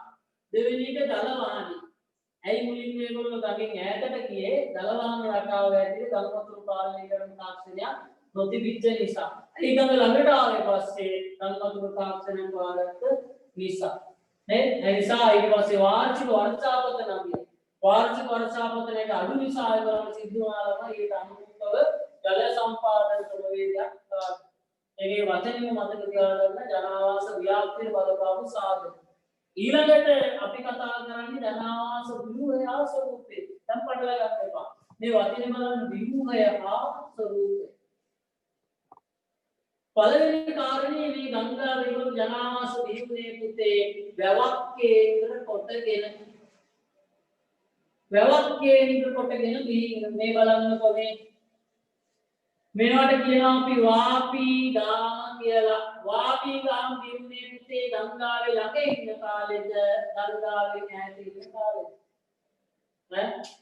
පිටාරණින්නේ පිට ඉන්න කාලෙද ළඟින් ළඟ ඉන්න කාලේ වැවක් ඕනේද නැහැ. පිටාරණින්නේ පිටත ජනාවාස ව්‍යාප්ත ප්‍රදේශවල මේ බලන්න මේ දැන් වාලිතන්නේ මේ ගඟින් මේ වලට වතුර අරන් එන්න ඕන නම් පුතේ මුලි මමුණක් බඳලා මේ දිගට අදන්න කපන්න ඕනේ හැලක්. මේකට ගන්න ආය අමුණක් බඳලා ආයෙලක් කපන්න ඕනේ. මේකට ගන්න ආය අමුණක් බඳලා ආයෙලක් කපන්න ඕනේ. දැන් මොකද මේ කාර්යය අමාරු කාලය ධනය ශ්‍රමය වැඩිපුර වැය වෙනවා. ඒ නිසා පුතේ මේ ගමේ කට්ටිය මොකද කරන්නේ? මේකට වැවක් හදාගත්තා. මේ ගමේ කට්ටිය මේකට වැවක් හදාගත්තා. මේ ගමේ කට්ටිය මේන වැව් නිර්මාණය කර ගැනීම කරා. ගමට එක දාන්නේ වැවක් නිර්මාණය කර ගැනීම කරා. දැන් එන අපි බලමු මේක හඳුන්වන්න. ගොඩක් අය කියන්නේ කොහොමද නිකම් එකපාර කියන්නේ එකපාර ඒගොල්ලෝ කියන එකපාර කියන වැවක් කියනකොට view ජනාවාස වාපී ගාම. එමුනේ අපි හරියට බලමු. මේ බලන්න පිටාරණින්නේ පිටත ජනාවාස ව්‍යාප්ත වෙච්ච කාලයේ මේ වැවට වතුර කොහෙද? මේ බලන්න මේ ගඟක් සම්බන්ධ නැහැ. ඒතර මේ වලට වතුර කොහෙද? වැසි ජලය. මේ පිටාරේ පිටත ජනාවාස ව්‍යාප්ත වෙච්ච කාලේ වැසි ජලය. වැසි ජලයෙන් මේ පෝෂණය වෙන කුඩා වැව් කේන්ද්‍ර කරගෙන පොඩි වැව් කේන්ද්‍ර කරගෙන විහිුච්ච එකිනෙකට ස්වාධීන ජනාවාස ඒවට තමයි වාපී ගාම කියන්නේ. මොනවාද? පිටාරණින් පිටත ජනාවාස ව්‍යාප්ත වූ ප්‍රදේශයේ වැසි ජලයෙන් පෝෂණය වන කුඩා වැව් කේන්ද්‍ර කොටගෙන විහිු එකිනෙකට ස්වාධීන ජනාවාස ඒවට තමයි කියන්නේ වාපී ගාම කියලා කියන්නේ. රයිට්. කිම් බලන්න අපි වාපී ගාම වලට උදාහරණ මතකද පාඩම් කරු ඇති. සුමන කුන්දරි විහාර කඩහ. හරි. බොගියමා සුමන කුන්දරි විහාර කඩහ. සුමන කුන්දරි විහාර කඩහ. සුමන කුන්දරි විහාර කඩහ. විභාගයට ඔබ ලියන්නේ විභාගයට පල්ලෙහාට ඔබ ලිව්වොත් අගට මොකද කරන්නේ? වාපී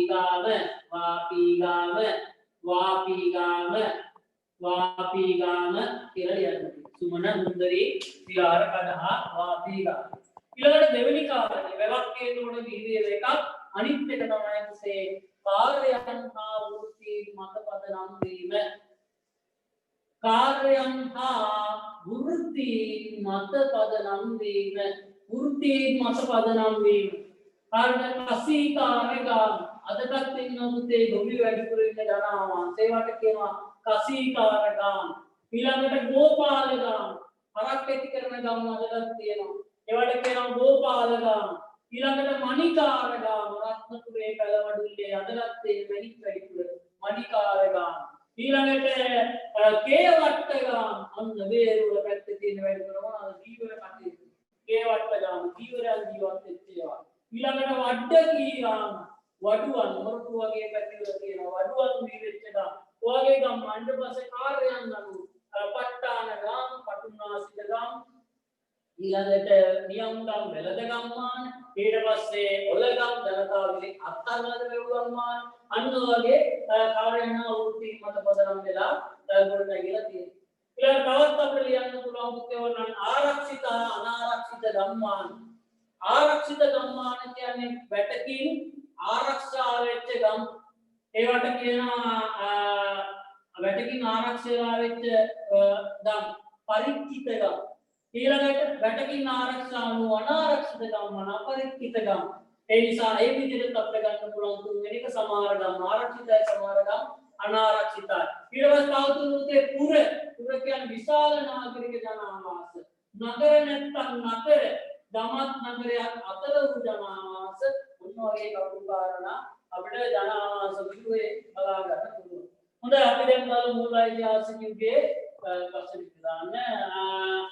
මුල් ඓතිහාසිකයෝගේ ප්‍රශ්න වලින් අපි හොයාගත්ත ආන පුළුවන් දේවල්. පස්වෙනි ප්‍රශ්න අපිට දැන් ඉතුරු වෙලා තියෙන්නේ මුල් ඓතිහාසිකයේ සමග ලංකාව ඓතිහාසිකයට අවතීර්ණ වීම සිදු විය. මුල් ඓතිහාසිකයේ පාසන සිද්ධ වලට හේතු ලියන්න. වීර කලාපයේ ජනවාස බිහිවි. ඒ පුතාලේ වීර කලාපයේ ජනවාස බිහිුනේ ඇයි බිහිුනේ සරු පස නිසා. ඊළඟට බලන්න ගංගාවමට පිළිතුරු ජනවාස බිහිුනේ ගංගාතුර පාලනය කිරීමට තාක්ෂණයක් වාගෙන නොතිබිච්ච නිසා. ඊළඟට ජනවාස ගංගානින්න තුරට අවතීර්ණුනේ කොහොමද? ජනවාස ගංගානින්න තුරට අවතීර්ණුනේ ගංගාතුර පාලනය සඳහා තාක්ෂණයක් සොයා ගැනීම නිසා. එතකොට එහෙනම් ඒ කාරණා තුන ඔයගලන්ට පුළුවන් ඔය කියලා ලියා ගන්න. ඊළඟට බලන්න මුල් ඓතිහාසිකයෝ යන්නේ හැදින්වෙන්නේ කවල කාල පරිච්ඡේදයේයි. අපි කපියපු කාරණය විස්තු පුරකවද විස්වාස කවද කියලා බලලා ලියා ගන්න. ඊළඟ මුල් ඓතිහාසිකයෝ වාපී ගාම තුනක්. වාපී ගාම තුනක් කියන්නේ ගරු ගම්මාන තුනක් මොනවද වාපී ගම්මාන?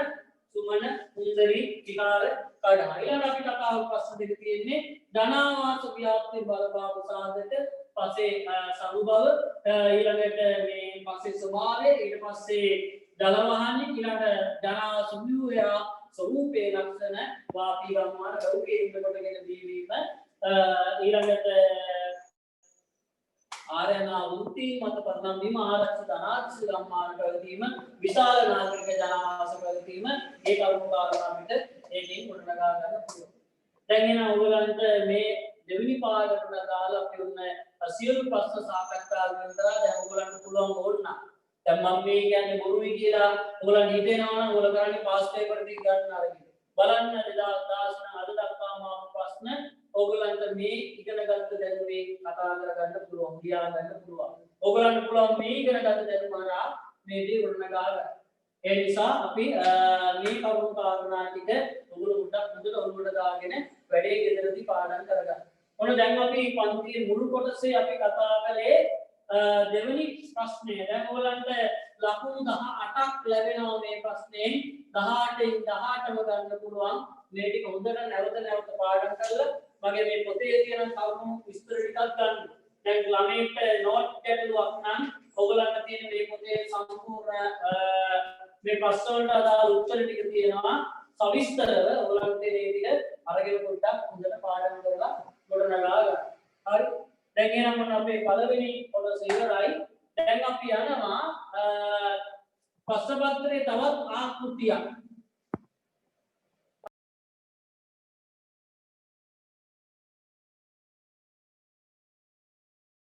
ජනවාස විවාහ ස්වරූපයේ ලක්ෂණ කියන එක නැවත විස්තර කරන්නලු. ඒක තමයි පළවෙනි කාරණේ ලියන්න ඕනේ වැවක් කේන්ද්‍ර කොටගෙන බිහිවීම. හරිද? කොටගෙන බිහිවීම. මේ පොතේ ගන්න පුළුවන් බලන්න මේ වෙලාවේ එකපාර ටිකක් අවුල් නම් එකපාර උඩට යන්නේ මේ පොතේ ගෙදර ගිහිල්ලා හොඳට කියන්න මේ ප්‍රශ්න උත්තර තියෙනවා. සවිස්තර උත්තර තියෙනවා මේක. ඒ නිසා කියන වැවක් කේන්ද්‍රවල බිහි වුණා. ඊළඟ කාර්යයන් හා වෘත්තීන් මත පදනම් වුණා. ඊට පස්සේ මොනවද ආරක්ෂිත ගම්මාන පැවතීම, අනාරක්ෂිත ගම්මාන පැවතීම, ඊළඟ විශාල නාගරික ජනාවාස, විශාල නාගරික ජනාවාස මේ වගේ දේවල් තියෙන නිසා අපිට මේ හරහා මේ කරුණු ටික ගොඩනගා ගන්න පුළුවන්. හොඳයි. එහෙනම් අපි තව ඔයගලන්ට මේ වෙලාව විතරක් නෙමෙයි ඕන වෙලාවක මට ප්‍රශ්න යොමු කරන්න ඔයගලන්ට පුළුවන් මගේ WhatsApp නම්බරයට ප්‍රශ්න යොමු කරන්න ඕන වෙලාවක පාඩම් කරන වෙලාවක ඔයගලන්ට පුළුවන් මේ කාරණා ටික ගොඩනගා ගන්න. හොඳයි. දැන් අපි යමු එක දවසෙන් කරන්න බැරි නිසා අපි කොටස් වල මඩල තියෙන්නේ. දැන් මොන ඔයාලට රචනා ප්‍රශ්න වල දෙවෙනි ප්‍රශ්නය දැන් ඔයාලට කරන්න පුළුවන්. ලකුණු 18ක් දැන් ඔයගොල්ලෝ අතේ තියෙනවා. ඊළඟ මේ පාඩමේ අද කතාව තියෙනවා ඉරිදහන ප්‍රශ්න 7ක්වත් වෙනවා අනුතරයි. 7ක් දෙක ලකුණු 14ක් ලකුණු 32ක්. දෙකෙන් බෙදුවාම පුතා ලකුණු 16ක් විතර දැන් ඔයගොල්ලෝ අතේ තියෙනවා. හරි ඒ නිසා ඔයගොල්ලන්ට පුළුවන් ලකුණු 16ක් විතර ඔයගොල්ලෝගේ අතේ තියෙන නිසා ඔයගොල්ලන්ට මේ ටික හදාගන්න. දැන් අපි අද ඊළඟට යමු මේ පළවෙනි පේපරේ තියෙනවා රූප ආශ්‍රිත ප්‍රශ්න. හරි අපි ඊළඟ රූප ආශ්‍රිත ප්‍රශ්න වලින් අපි බලාපොරොත්තු වෙන රූප 10ක් විතර කෙටි කෙටියෙන් සාකච්ඡා කිරීම කරන්න. හොඳයි මේ පොතේ ඔයගලන්ට තියෙනවා රූප ආශ්‍රිත ප්‍රශ්න ටිකක් මේ ප්‍රශ්න ඔයගලන්ට පුළුවන් ගෙදරදී බලලා ලෑස්තිලා තනියම කරන්න. දැන් මම මේ රූප ගැන පොඩි හඳුන්වාදීමක් කරනවා. රූප ප්‍රශ්න කරනකොට පොඩ්ඩක් මුලින්ම තේරුම් ගන්න ඕනේ ඔයගොල්ලෝ රූප ආශ්‍රිත ප්‍රශ්න අහන්නේ ළමයි පොතේ තියෙන රූප වලින් පමණයි. එහෙනම් ඔයා දැන් කරන්න ඕනේ අච්චු පොතේ තියෙන පිළිතුර හොඳට ඈට අඳු කරගන්න. දැක්කම මොකද්ද මේ ඉන්නේ කියලා දැනගන්න. ඊළඟට පුතා මොකද වෙන්නේ? ඊළඟට ඔයගොල්ලෝ මේ රූපේ යටින් තියෙන ඔයගොල්ලන්ගේ අච්චු පොතේ විස්තර ටිකක් 10 පොතේ ලස්සනට දීලා තියෙනවා. දැන් ඔයගොල්ලෝ මේ රූප ටික පොඩ්ඩක් අඳුනගෙන ඊළඟට ඒ රූපේ විස්තර ටිකක් පාඩම් කරගෙන කරන්න. හොඳ අපි බලමු මේ රූපේ. පාඩම් ගන්න මේ රූපේ කවුද කියලා. මේ රූපේ කවුද? ටොලමි කියලා විතරක් විභාගයට ලියන්නේ නැහැ. එයාගේ සම්පූර්ණ නම තමයි ක්ලෝඩියස් ටොලමි. ක්ලෝඩියස් ටොලමි.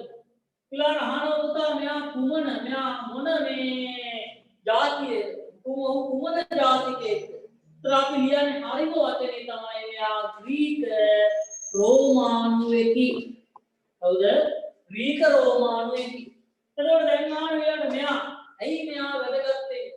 මෙයා තමයි උත්තේ ලෝකයේ පළවෙනි සිටියම නිර්මාණය කරේ.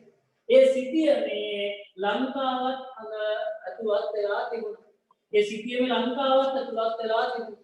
ඒතර ලංකාව හඳුන්වපු නම එකක් ගන්න පුළුවන් විභාගෙ. පැප්‍රෝ බේ කියන නමින් තමයි මෙයා ලංකාව හඳුන්වා දීම කරලා තිබුණේ. ඊළඟට මෙයා ඇලෙක්සැන්ඩ්‍රියාවේ ජීවත් වුණේ.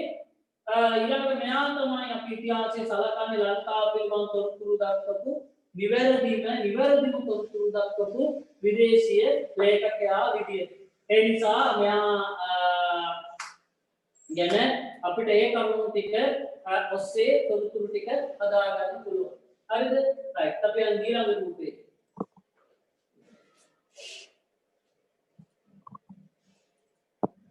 ඊළඟ රූපය මේ තියෙන්නේ.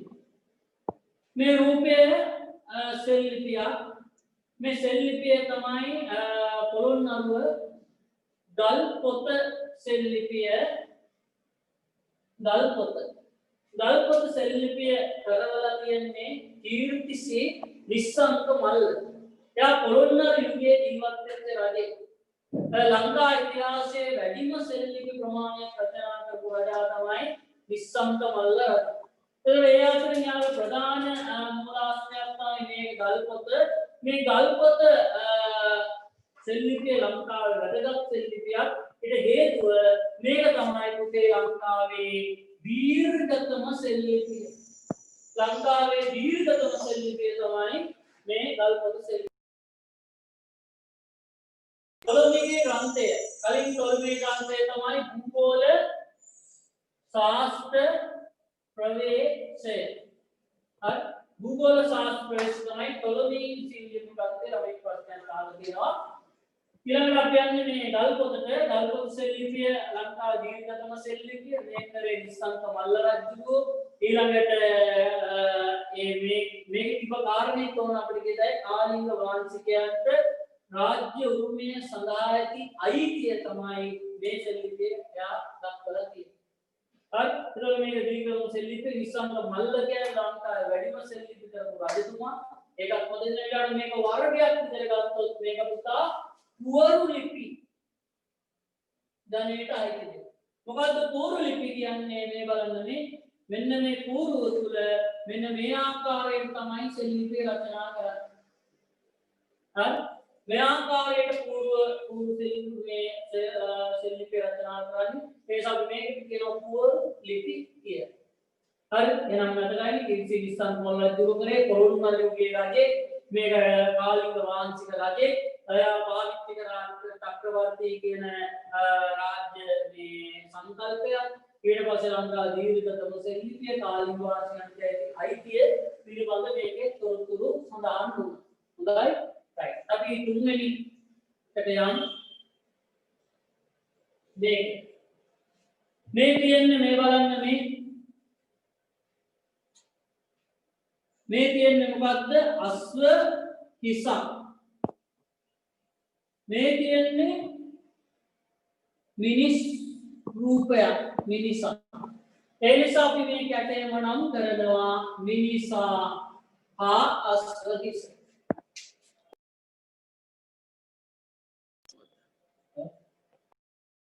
එදිරි රජතුමාව අපි නම් කරන්නේ අදාළ රජතුමාගේ කාලයේදී කරවන ලද කියන. තේරුණාද? ඒ කියන්නේ අපිට ඕනේ මේ සෙල්ලිපි මොන කාලෙද මොන යුගයේද කියලා. ඊට රජවරු තමයි සෙල්ලිපි කරවන්නේ. රජවරු සෙල්ලිපි කරවන්නේ යම් කිසි අරුමක් සහිත යමක් මහජනයාට දැනුම් දෙන්න. ඒ නිසා ඒ රජාව අනිවාර්ය වැදගත් වෙන රජා විසින් කරුවේ යම් කිසියම් අවශ්‍යතාවයක. උදාහරණයකට බදුන් දැම්මේ කරේ පුතා රජුගේ වෙරද පොළට ගියාම වෙරද පොළේ අමතකව මෙයා දැක්කා. එයා දැකලා ඒක කරා. ඒක සිද්ධියට සමකාලීන ඇසෙන්නේ. ඒ ඉස්සරහට ඊගාන පස්සේ කියලා දෙනවා. සිද්ධියට සමකාලීන. ඒ නිසා අපිට ඒක වැදගත් වෙන්නේ. හරි? හොඳයි. ඊළඟට අපි ආයෙ මේකට යන් මිනිසා හා අස්ව ඉස. හැබැයි පුතා ලියන්න එපා අස්ව යා සහ මිනිස් කියලා. ඒක ලකුණු දෙන්නේ. තේරුණාද? මේ අස්ව ඉසා මිනිසා දුවත් හරි මිනිසා හා අස්ව ඉස කියන දුවත් හරි. එතකොට මේක දකින්න හැම වෙන්නේ ළමයි ඉසුරු මුනිය කියන විහාරයේදී. ඕගොල්ලන්ට අදටත් ඉසුරු මුනියට ගියොත් අනුරාධපුරේ යනකොට ඉසුරු මුනියට යන්න පුළුවන්. රණමස්තුනේට මෙහා පැත්තේ තියෙන්නේ මේ ඉසුරු මුනියේ මේ කැටයම අදටත් දකින්න ලැබෙනවා. එතකොට මේකේ තියෙන්නේ මිනිසා අස්ව ඉස මේකේ කිසියම් නිරූපණයක් කිරීම කරලා තියෙනවා. අග්නි සහ පරජන්‍ය කියන දෙවියන් තමයි දෙවියන් දෙදෙනා තමයි මේකේ නිරූපණය කිරීම කරලා තියෙන්නේ. මේක පල්ලව ආభాසය ලබා නිර්මාණ වෙච්ච කැටයම. පල්ලව ආభాසය කියන්නේ ඉන්දියාවේ ව්‍යාපෘත පල්ලව කියන රාජවංශයේ කැටයම් වලට බොහෝ දුරට සමාන නිසා අපි කියනවා පල්ලව ආభాසය ලබලා තමයි මේක නිර්මාණය වුනේ. අනුරාධපුර යුගයේට අයත් එකක් මේක. අනුරාධපුර යුගයේදී තමයි මේක නිර්මාණය වීම වෙලා තියෙන්නේ. ඊළඟට යන්න අපි ඊළඟ රූපේට මේක දෙවෙනි පාඩමේ රූපයක්. එතකොට මේ තියෙන්නේ පාහි යංගල ලෙන. මේකට ඇයි පාහි යංගල කියන්නේ? මේකේ තමයි ලංකාවට වැඩම කරපු චීන ජාතික භික්ෂුව පාහිහන් කියන භික්ෂුව නතර වෙලා ඉන්නේ. ඒක නිසා මේකට පාහියංගල ලෙන කියන නම භාවිතා කිරීම ආරම්භ වුණා.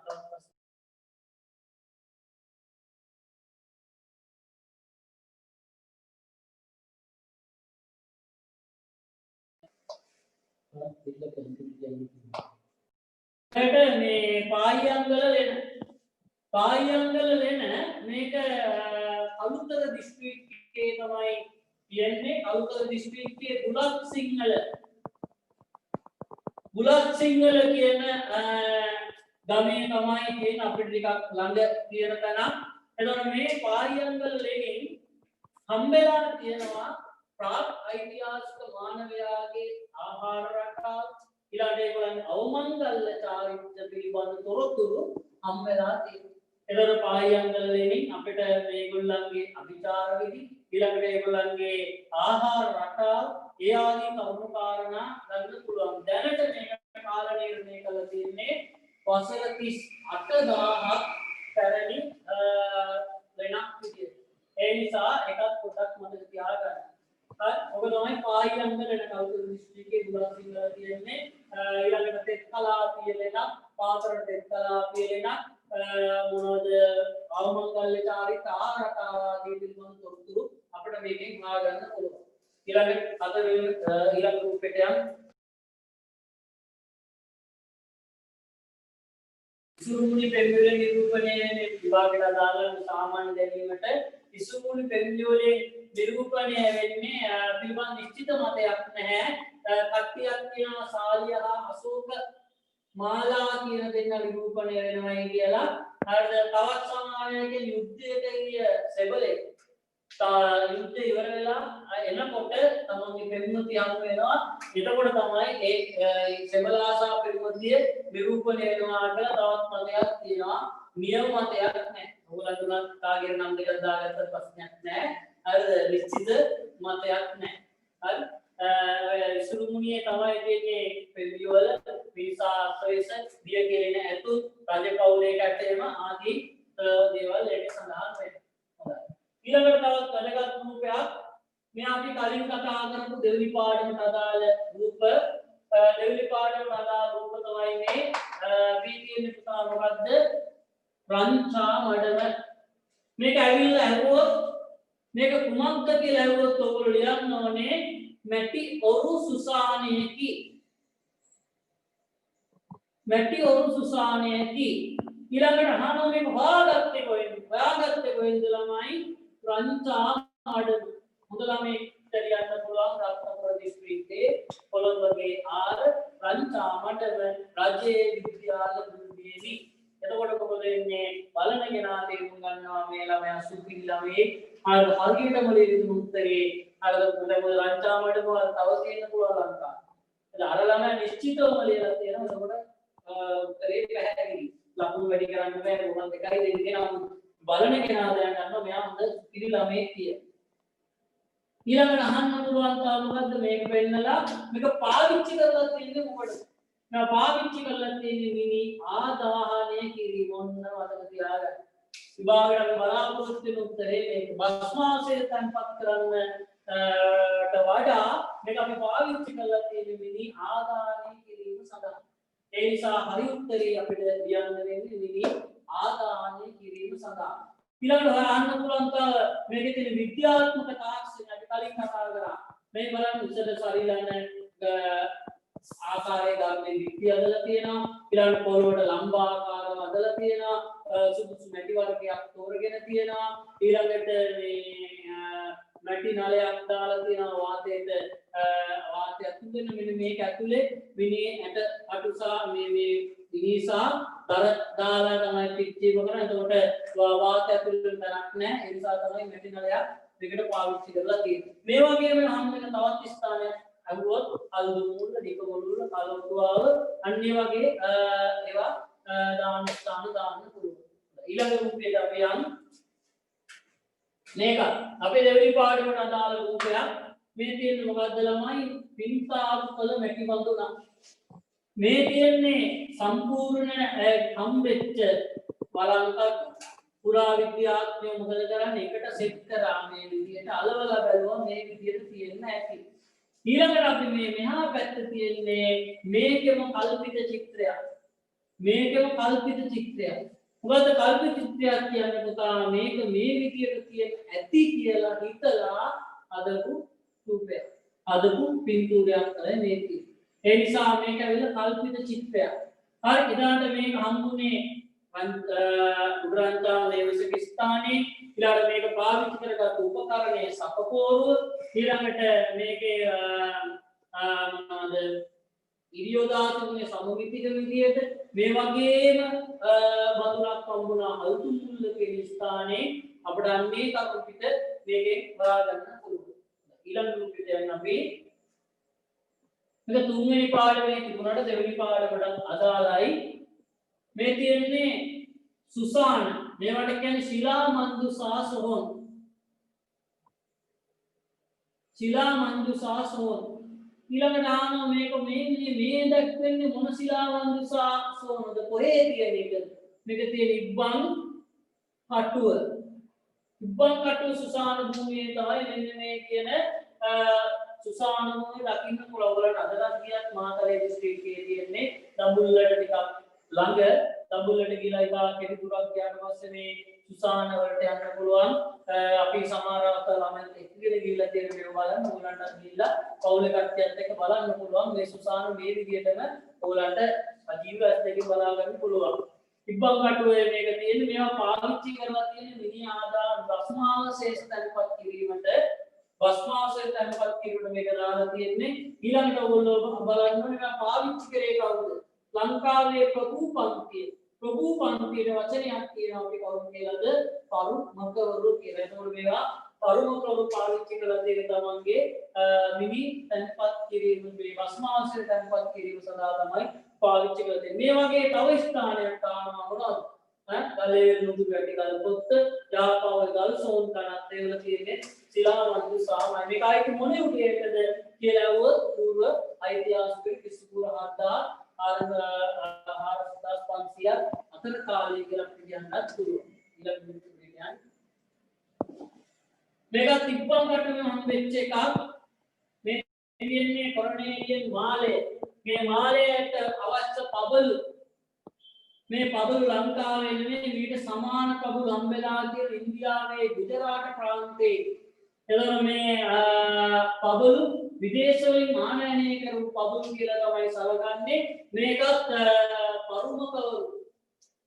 පරුමකවරු පාවිච්චි කරලා තියෙන එකත් මේ පරුමකවරු පාවිච්චි කරපු ප්‍රභූ පන්තියේ අර ප්‍රභූ පන්තියේ ජීවිතයේ ස්වરૂපය තමයි මේකෙන් පිළිගන්න සාමාන්‍ය වංශයට පාවිච්චි කරන්න බෑ. ඒ නිසා පරුමකවරු පාවිච්චි කරපු ජීවිතයේ ප්‍රභූත්වය තමයි මේකෙන් පිළිගන්න කිරීම කරන්නේ. ඊළඟ පිටුරේට දැන් අපි මේ පින්තූරය රුවන්වැලි සෑ මළුවේ දකින්න ලැබෙන පින්තූරයක්. මේ රජුරෝ තමයි වාතිකාවය රජුරෝ. ඇයි වාතිකාවය රජුරුවන්ගේ පින්තූරයක් රුවන්වැලි සෑ ළඟ ගන්න?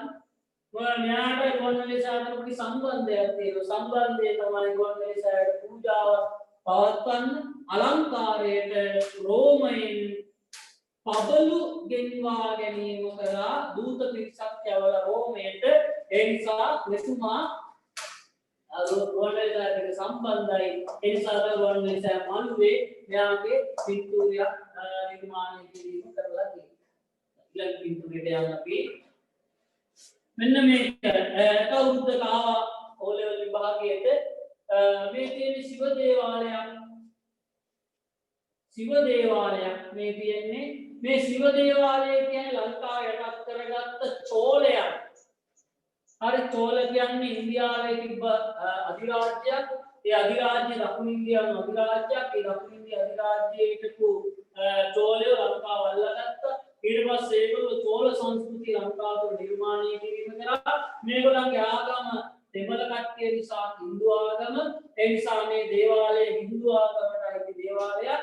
මේක නිර්මාණය කිරීමට පාවිච්චි කරලා තියෙන අලුගල් පාවිච්චි කරලා තමයි මේ දේවාල නිර්මාණය කිරීම කරලා තියෙන්නේ. චෝල වාස්තු විද්‍යා සම්ප්‍රදායට අයත් යටත් තමයි මේක නිර්මාණය කිරීම කරලා තියෙන්නේ. මේක විභාගයට ආවා මොකද්ද ශිව දේවාලයක්. මේ කොහෙද දකින්න ලැබෙන්නේ? පොළොන්නරුවේ. ඊළඟට මේක කුමන ආගමට අයත්? හින්දු ආගමට අයත්. මේක හැදුවේ යමක් කරගත්ත ලංකාවට කරගත්ත චෝලයන් විසින් තමයි මේක නිර්මාණය කිරීම කළා තියෙන චෝල සම්ප්‍රදායට අනුව. ඊළඟ පින්තූරයට අපි යමු. මේ පින්තූරයක් ඉතාලවටගත් පින්තූරයක්. මේ පින්තූරයේ තියෙන්නේ සීගිරි පර්වතයේ වේද තමයි නිර්මාණය කරලා තියෙන්නේ. සීගිරි අප්සරාවන් තමයි මේකෙන් නිරූපණය කිරීම කරලා තියෙන්නේ. එතකොට මේක සීගිරියේ තමයි දකින්න ලැබෙන්නේ. නිර්මාණය කරලා යයි සැලකෙන්නේ පළවෙනි කාශ්‍යප කුවේරයාගේ ආල්කමන්දාව ආකාරයෙන් සීගිරියේ වැඩ වාසය කරා කියලා කියනවා. ජීවත් වුණා කියලා කියනවා. ඒතර කලාකාරී කොවිසින් මේ නිර්මාණයෙන් දා කියලා කියනවා. මේක අපිට පිළිගන්න පුළුවන් නම් බැරි වුණා. පොත විභාගයේදී අපි කියන්නේ පළවෙනි කාශ්‍යප කියන.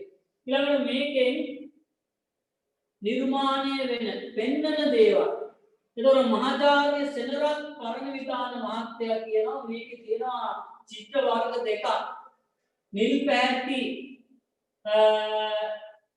චිත්‍ර නිල් පැහැති කාන්තාවන්ගෙන් පෙන්වීම කරනවා කියනවා. මේඝලතා කියන්නේ වැහි වලාකුළක. ඊළඟට රන්වන් පැහැති ලඳුන්ගෙන් හරි ඒගොල්ලන්ගෙන් පෙන්වීම කරනවා කියන විදුලතා කියන්නේ පුතා විදුලිය නිර්පෙන්වීම කරනවා කියලා කියනවා. මේකේ පෙන්නන්නේ සීගිරි අප්සරාවන් HCP බෙල් මහත්තයා කියන්නේ මේ සීගිරි අප්සරාවන් යටේ තියෙන මල් අරගෙන මේ ඉන්නේ කාශ්‍යප රජතුමාගේ අගමේසියන් ඔවුන් මල් අරගෙන පිටුරංගල විහාරයේ වඳින්න යන ආකාරයයි මේකෙන් පෙන්නන්නේ. ඊළඟට පරණදාන මාත්‍ය කිව්වේ මේඝලතා සහ විචුලතා තමයි මේකෙන් නිරූපණය කිරීම කරන්නේ කියලා. ඊළඟට මේකෙන් හොයාගන්න පුළුවන් මේක මූලාශ්‍රයක් විදිහට පාවිච්චි කරන්න පුළුවන්. පැරණි කාන්තාවන්ගේ ඇඳුම් පැළඳුම් ළමගේ ආභරණ ඊළඟට මොනදෝගේ ආගමික විශ්වාස මේ අපි මල් අරගෙන යනකොට ආගමික විශ්වාස ඊළඟට මේ ආභරණ වලට පේනවා තේ දාලා තියෙන ආභරණ ඊළඟට මේ ආගමික විශ්වාස රූපලාවන්‍ය මේ බලන්න ඒ වෙලෙම සකස් කරලා තියෙන හැටි කොණ්ඩා මෝස්තර මේ වලින් අපිට කියන්න පුළුවන් අර මේ කාලේ කාන්තාවන්ගේ ස්වරූපය පිළිබඳ වෙන විදිහට මේක යකඩ නිස්සාරණ උඳුනක් මේ තියෙන්නේ හම්බෙච්ච උඳුන එහා පැත්තේ තියෙන්නේ කල්පිත චිත්‍රයකින් නිර්මාණය කළ උඳුන මේ තියෙන ඇත්තටම හම්බෙච්ච එක මේ තියෙන්නේ කල්පිත නිර්මාණය කරපු උඳුන මේක හම්බෙන්නේ බලංගොඩ රත්නපුර දිස්ත්‍රික්කයේ බලංගොඩ සම නැලලව ඊළඟ ආනෝමේ සමනලව යකඩ නිස්සාරණය කරපු විදිය සමනල යකඩ නිස්සාරණය කරේ කොහොමද මේ වගේ අඳු බෑවුමක සුලං මූණතේ තමයි මේක ඇදුවේ සුලං මූණතේ මේක හදලා මොකද කරන්නේ මේ පැත්තේ මුලන් නමාගෙන මේකට තමයි මේගොල්ලෝ ඔය මරංගලේ අඟුරුයි යපසුයි දාලා රාත්‍රී කාලයේ ගිහි කියලා එනවා රාත්‍රී කාලේ පුරා අමනසුල ගිහින් මොකද වෙන්නේ ගින්න නොනිවි දැල් වෙලා යකඩ නිස්සාරණය වීම සිද්ධ වෙනවා අර ඒකම යකඩ නිස්සාරණය කරන හොඳ තාක්ෂණය පෙන්වීම කරන ස්ථානයක් තමයි මේ තියෙන්නේ මේට අමතරව තවත් හම්බුණා අල්ලකොළව කියන ස්ථානයේ දීගාල කන්ද කියන ස්ථානයකට උතුණා ඒකේ නමුත් ස්වභාවික සුලම් බලවේ පාවිච්චි කරේ මයිනාව පාවිච්චි කරලා එතන යකඩ නිස්සාරණය කිරීම සිද්ධ කරලා තියෙනවා ඊළඟ පින්තූරයට අපි අන්තිම පින්තූරේ බලමු අද දවසේ අපි ඊළඟ දවසේ ඉතුරු පින්තූර ටික බලමු මේ විදිහට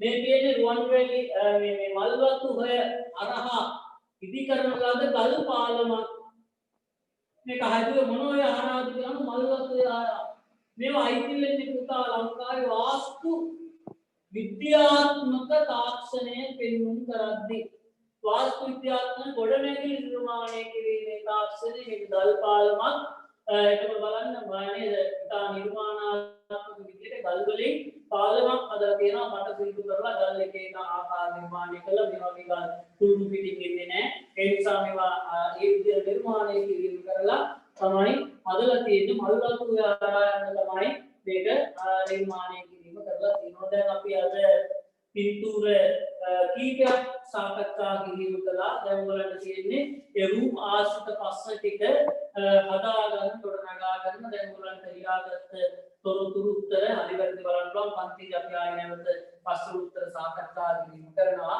එතකොට ඒකත් අපිට තොරනගා ගන්න පුළුවන් දැන් රූප ආශ්‍රිත ලක්ෂණ වටේ අද අපිට කියන්න බෑ මේ කතාවල ටිකේ ඔක්කොම නගලා 10 වසර එක රූපයක් 11 වසර එක රූපයක් කියන්නේ ඒ නිසා ඔයගොල්ලෝ ඒක හරියට බලාගෙන ඉන්න කරන්න ඕනේ. හොඳයි. දැන් අපි ඉන්නේ අද පන්ති අන්තිම විනාඩි කාලේ අපි යන විවිධහන් ප්‍රශ්න පත්‍රය ලකුණු කීපයක් එකතු කරගන්න ඔයගොල්ලන්ට රචනා ප්‍රශ්න විවිධහන් ප්‍රශ්න 453ක් මගේ මේ පොතේ තියෙනවා. හරිද මම කිව්වාද මේ විවිධහන් ප්‍රශ්න කීපයක් කරලා තියන්න කියලා. පළවෙනි ටික එක ටිකක් ලේසි ප්‍රශ්න ටිකක් ඒ නිසා නතර වුණත් අපිට බලා ගන්න පුළුවන් හරි උත්තර මොකක්ද කියලා. හොඳයි. දැන් ඔයගොල්ලෝ බලන්න මේ පළවෙනි පාඩමෙන් තමයි පළවෙනි ප්‍රශ්න යොමු කරලා තියෙන්නේ. පැරණි ප්‍රශ්න පත්‍ර බැලුවම අපිට තේරෙනවා පළවෙනි පාඩමෙන් ප්‍රශ්න 7ක්වත් තියෙනවා ඉරිගාන. ඒ නිසා ඔයගොල්ලෝ බලන්න ඕනේ මේ පළවෙනි පාඩම හරි ලේසි ලකුණු මත නිකම්ම කොට දාගන්න පුළුවන් ලකුණු ටික. හොඳයි බලන්න පළවෙනි ප්‍රශ්නේ ඔයන්ගේ පොත මේ පොත තියනවා නම් පොත තරව ගත්තත් කමක් නැහැ. පුතේ දුන්නේ පිටුවේ තියෙන ටික තමයි මම මේ ඔයගොල්ලන්ගේ මේකට අරගෙන තියෙන්නේ. ඒ පස්ස ටිකමයි. ඒ නිසා ගැටලුවක් නැහැ. දේශීය සාහිත්‍ය මූලාශ්‍ර වඩාත්ම පැරණි මූලාශ්‍රය සලකනු ලබන්නේ. මේ හැමදාම අහන එකක් පුතේ පැරණිම මූලාශ්‍රය. හරි දේශීය මූලාශ්‍ර අතර වංශ කතා තියෙන වංශ කතා අතර පැරණිම මූලාශ්‍රය තමයි මොකද්ද? දීප වංශය. මේක අපි හැමදාම බලන එකක්. හොඳට කටපාඩම් කරගන්න සාහිත්‍ය පුරා වඩාත් පැරණ නැත්නම් ඔයගොල්ලන්ට දීලා තියෙන්නේ පහක් දක්වා ඇති ග්‍රන්ථ අතුරින් වඩාත් පැරණි මොන විදිහට ඇහුවත් ඔයගොල්ලන්ට පුළුවන් වඩාත් පැරණි එක තමයි මොකද්ද දීප වංශය කියලා තේරුම් ගන්න. හොඳයි ඊළඟට දෙවෙනි ප්‍රශ්නේ බලන්න මහාවංශය දේශීය සාහිත්‍ය මූලක වඩාත් විශ්වසනීය කෘතියක් ලෙස සැලකෙන්නේ. ඒ විශ්වසනීය කෘතියක් ලෙස සැලකෙන්නේ විශ්වසනීය වෙන්නේ ඇයි කියලා අහන්න. උදාහරණ ඒවා ආගමික ඉතිහාසයේ වැඩි වශයෙන් ඇතුළත් වන නිසා ආගමික ඉතිහාසය වැඩිපුර ඇතුළත් වුණාට විශ්වසනීය වෙන්නේ නැහැ. අකණ්ඩ ඉතිහාසයක් ලබා ගන්න පුළුවන්. ඔව් ඒකත් හරි. හැබැයි ඒක විශ්වසනීය වෙන්න බලපාන්නේ ඊළඟට ඒ ඇතුළත් බොහෝ කරුණු පුරා විද්‍යා මුලාස්තුමගේ සනාත වන නිසා යන්න උත්තරේ මොකද අපි කියක් විශ්වසනීය කියලා පිළිගන්නේ කොහොමද?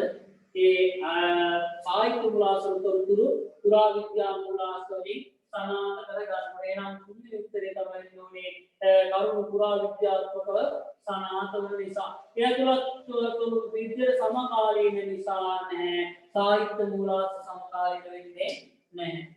හොඳයි. තුන්වෙනි ප්‍රශ්නෙට යන්න අපි මහාවංශයේ ලියා ඇති ටීකා වැඳින්න නම් වන්නේ ටීකාවක් කියලා කියන්නේ පුතා මහාවංශය විස්තර කරලා ලියපු පොතක්.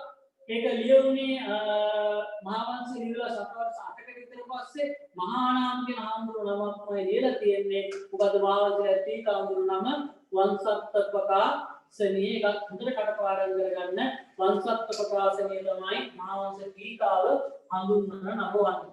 හොඳයි. හතරින් පස්සේ බලමු साहित्य मूलाश्र गंपल युगे सिट कोट्टे युगे दक्वा मेरට ශාසන ඉතිහාස ඇදහැරීමේලා වඩාත්මක දක්වති. ගම්පල ඉඳන් කොට්ටේ දක්වා ශාසන ඉතිහාස ඇදහැරීමේලා වඩාත් වැදගත්ම කෘතිය තමයි මොකක්ද මහාවංශයේ උනාට මහාවංශයේ පළමු කොටස ලියවිලා තිබුණේ මාසේ මැදින් අවසාන කාලේ විතරයි. මෙතන අහන්නේ ශාසන ඉතිහාසය. දේශපාලන ඉතිහාසයේ තියෙන පොත වෙනයි ශාසන ඉතිහාසයේ තියෙන පොත වෙනයි. ඒතර මොකක්ද උදාහරණ උත්තරේ? උත්තරේ මොකක්ද? නිකාය සංග්‍රහය. නිකාය සංග්‍රහය තමයි ගම්පොළ ස්කෝට්ටේ දක්වා ශාසන ඉතිහාසය ඇදහිීමේ එක වැදගත් කෘතියේ සැලකෙනවා. ඊළඟට පස්වෙනි එක ලංකාවේ දේශපාලන ඉතිහාසයේ මුල්තැනක් දෙමින් රචනා කරන ලද කෘතිය.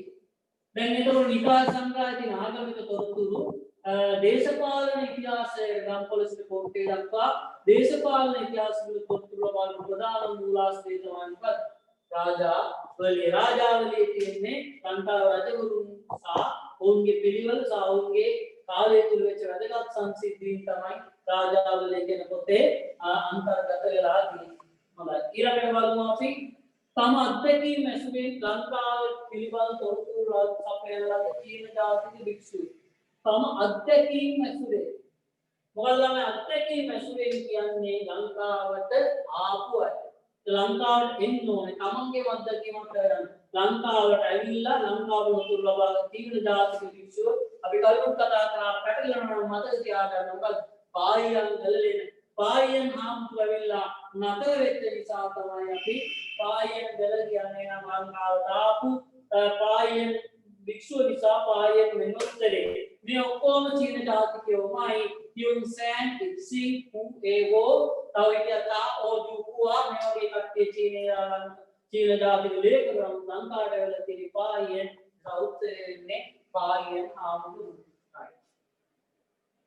හත්වෙනි ඔන්නෝගේ අනිත් පැත්ත අහන වෙනත් පුද්ගලයන් විසින් පවසන ලද තොරතුරු මත ශ්‍රී ලංකාව පිළිබඳ වාර්තාතු වාර්තා කියන ලංකාවට ආපු නැති අය ලංකාවට එන්නේ නැතුව ලංකාව පිළිබඳ තොරතුරු ලබා ගත්ත කට්ටිය පාහියෙන් ලංකාවට ආවා.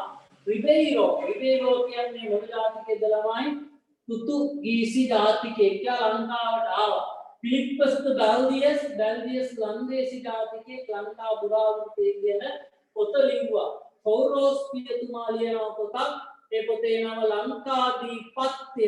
ලංකාවට ආවේ නැහැ. ඒ නිසා ලංකාවට ආපු නැති පුද්ගලයා තමයි පෞරෝස් පියතුමා. එයා තමයි මේ නිසා මේ උත්තරයට අදාළ වෙන්නේ.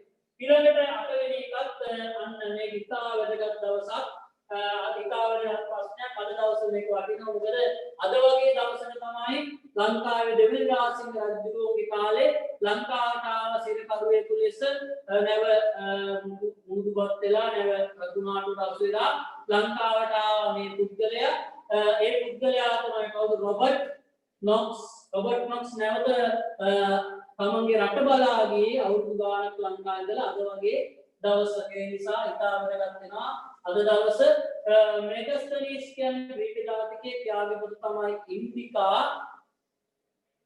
පීනි කියන්නේ රෝම ජාතිකයේ ත්‍යාගයේ පොත තමයි නැචුරාලිස් හිස්ටෝරියා පළවෙනි කියන්නේ ග්‍රීක රෝමාන්‍ය භූගෝල ශාස්ත්‍ර ප්‍රවේශයුවා ලංකාව පිළිබඳ තොරතුරු ලබා කරපු ඉන්දීය ජාතිකයේ බ්‍රිතාන්‍ය ජාතිකයේ ඉංග්‍රීසි ජාතිකයේ තමයි රොබර්ට් නොක්ස් නෙමෙයි නොක්ස් වෙනෝනේ රොබර්ට් නොක්ස් තමයි මේකට උත්තරේ දෙන්නේ. හොඳයි. නවවෙනි ප්‍රශ්නේ ලංකා ඉතිහාසයේ පිළිබඳ රචනාවේ ඇති ප්‍රශස්ති කාව්‍යයක උදාහරණයක්.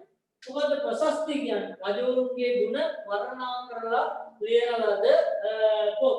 ඒතර ප්‍රශස්ති කාඩ උදාහරණයක් මොකද්ද? පැරකුම්බා සිරිතත් මේකට ගන්න පුළුවන්. පැරකුම්බා සිරිත තමයි මේ පිළිතන මේ සිරිත වෙන්න ඕනේ. සිරිත මේ සීතා හටන කියන්නේ හටන් කාව්‍යයක්. හටන් කියන්නේ මොකද්ද? සටන් පිළිබඳ ලියවෙන එකක්. ඊට පස්සේ රාජාවලිය හඳුරු සිරිත කියන දෙවි පරාක්‍රම භාව ගැන එකක් තෝරන්න අපිට ගන්න පුළුවන්. ප්‍රධානම එක තමයි පැරකුම්බා සිරිත කියන එක. හොඳයි. ඊළඟට 10. ලංකා ඉතිහාසය ටිකක් හොඳට කල්පනා කරන ප්‍රශ්නයක්. ලංකා ඉතිහාසය වල හැදෑරීමේදී පුරා විද්‍යාඥයෙකුට සෙල් ලිපි ඉතා වැදගත් වන්නේ. සෙල් ලිපි වැදගත් වන්නේ ඇයි කියලා අහනවා. හරි. පළවෙනි ඒවා සිද්ධීන්ට සමකාලීන නිසා ඒක හරි. සෙල් ලිපියක් රචනා කරන්නකුත් ඒ කාලේ වෙනකපු තෙතියේ රජාග වැදගත් මොකද්ද කියන්නේ? ඒ සෙල් ලිපිය රචනා වෙන්නේ මේ කාලේ නිසා සෙල් ලිපි සමකාලීන නිසා හරි. අර දේශපාලන ඉතිහාසන තොරතුරක් වීමයි. දේශපාලන ඉතිහාස තොරතුරු සෙලිපි විතරක් නෙමෙයි. සන්නස්වල තියෙනවා නටබුත් වලින් ගන්න පුළුවන් මේ සාහිත්‍ය මූලාශ්‍ර ගන්න පුළුවන් හරියන්නේ නැහැ. විදේශවල තාත්වික උදා ගන්න බෑත්තේ සෙලිපි. ඉතාලම අවුල් විදිහට තමයි උදා ගන්න පුළුවන්. ඒ නිසා ඒක වැදගත් වෙන්නේ නැහැ. එමාගින් වලට තාක්ෂණය ගැන අවබෝධ කර සෙලිපි වලට වඩා තාක්ෂණය හොයා ගන්න පුළුවන් දුරු තියෙනවා. ඒ නිසා ඉතා වැදගත් වෙන්නේ වාසින්දීන්ට සමකාලීන වීම නිසා. හොඳයි. ඊළඟට ඔලා ප්‍රශ්න 15ක් කතා කරමු ගන්නවා. පුරා විද්‍යා මූලාශ්‍ර සසඳන කල සාහිත්‍ය මූලාශ්‍රයේ දුර්වලතා.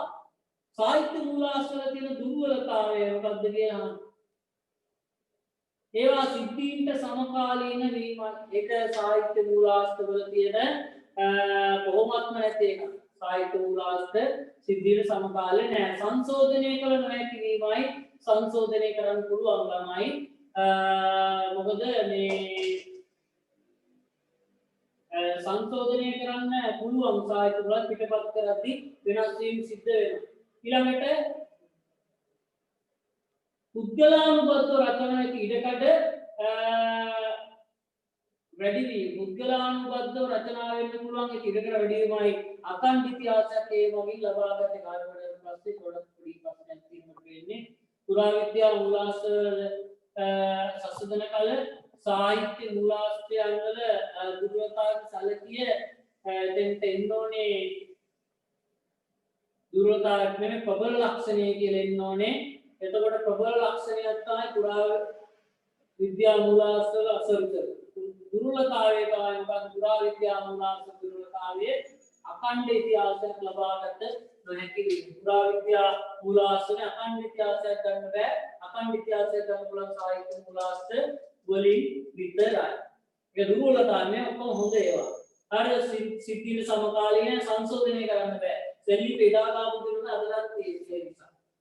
ඊළඟට ලංකාවේ පැරණිතම ශිලාල හඳුන්වන දෙන පොදු විවහාරය එකට කියන්නේ අපි බ්‍රහ්මීය ලිපි කියලා. ඒවා බෝලන්තින් විසුණු වහන්සේලාට යම් කිසි වරප්‍රසාදයක් ලබා දීම සඳහා තමයි ඒවා රචනා කිරීම කරලා තියෙන්නේ. විසුණු වරප්‍රසාද රාජ. එහෙනම් මොන ලිපිකක්ද?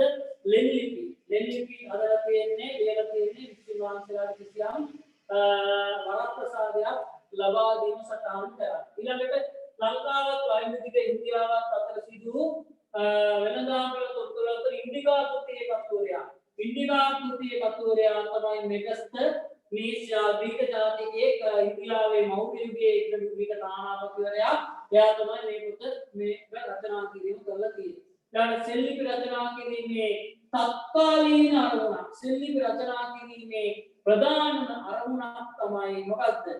සැලකිය නොහැකි මොකක්ද? රජවරුන්ගේ විදේශීය සම්බන්ධතා සටහන් කිරීමේ අරමුණින් සෙල්ලිපි වෙන්නේ ගම්බිම්පිදුවේ අර සෙල්ලිපියක් දක්වා ගම්බිම්පිදුව නීති මාධ්‍යයන් දැනුම් දෙන සේවයක් කියන්නේ මේවට සෙල්ලිපි රචනා කිරීම කරලා තියෙනවා. අපි ප්‍රශ්න 15ක් කතා කිරීම කරගත්තා. වැඩිකක් දිගට දීර්ඝව කතා කරලා මොකද ලකුණු 35ක් ඕගොල්ලෝ ගත්තොත් ඒ ලකුණු 35ක් හරි කියන්නේ තව 40 වලට ඒකට යන්න පුළුවන් ගන්න ඕනේ. ඒ නිසා ඉරිගාන පසුපත්‍රය හරියට කොට දාගන්න පුළුවන් වෙනවා.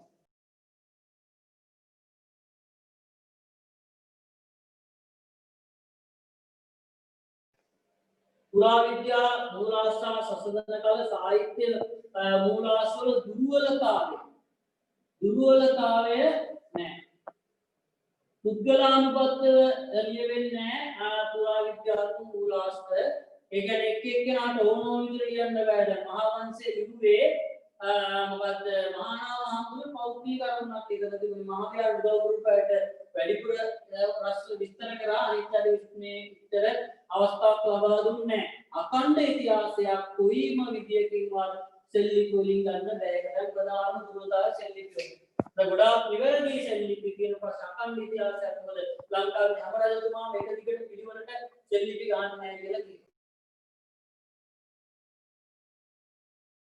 ඔබේ ඒකෙන් මොනේ හතර වෙන්නේ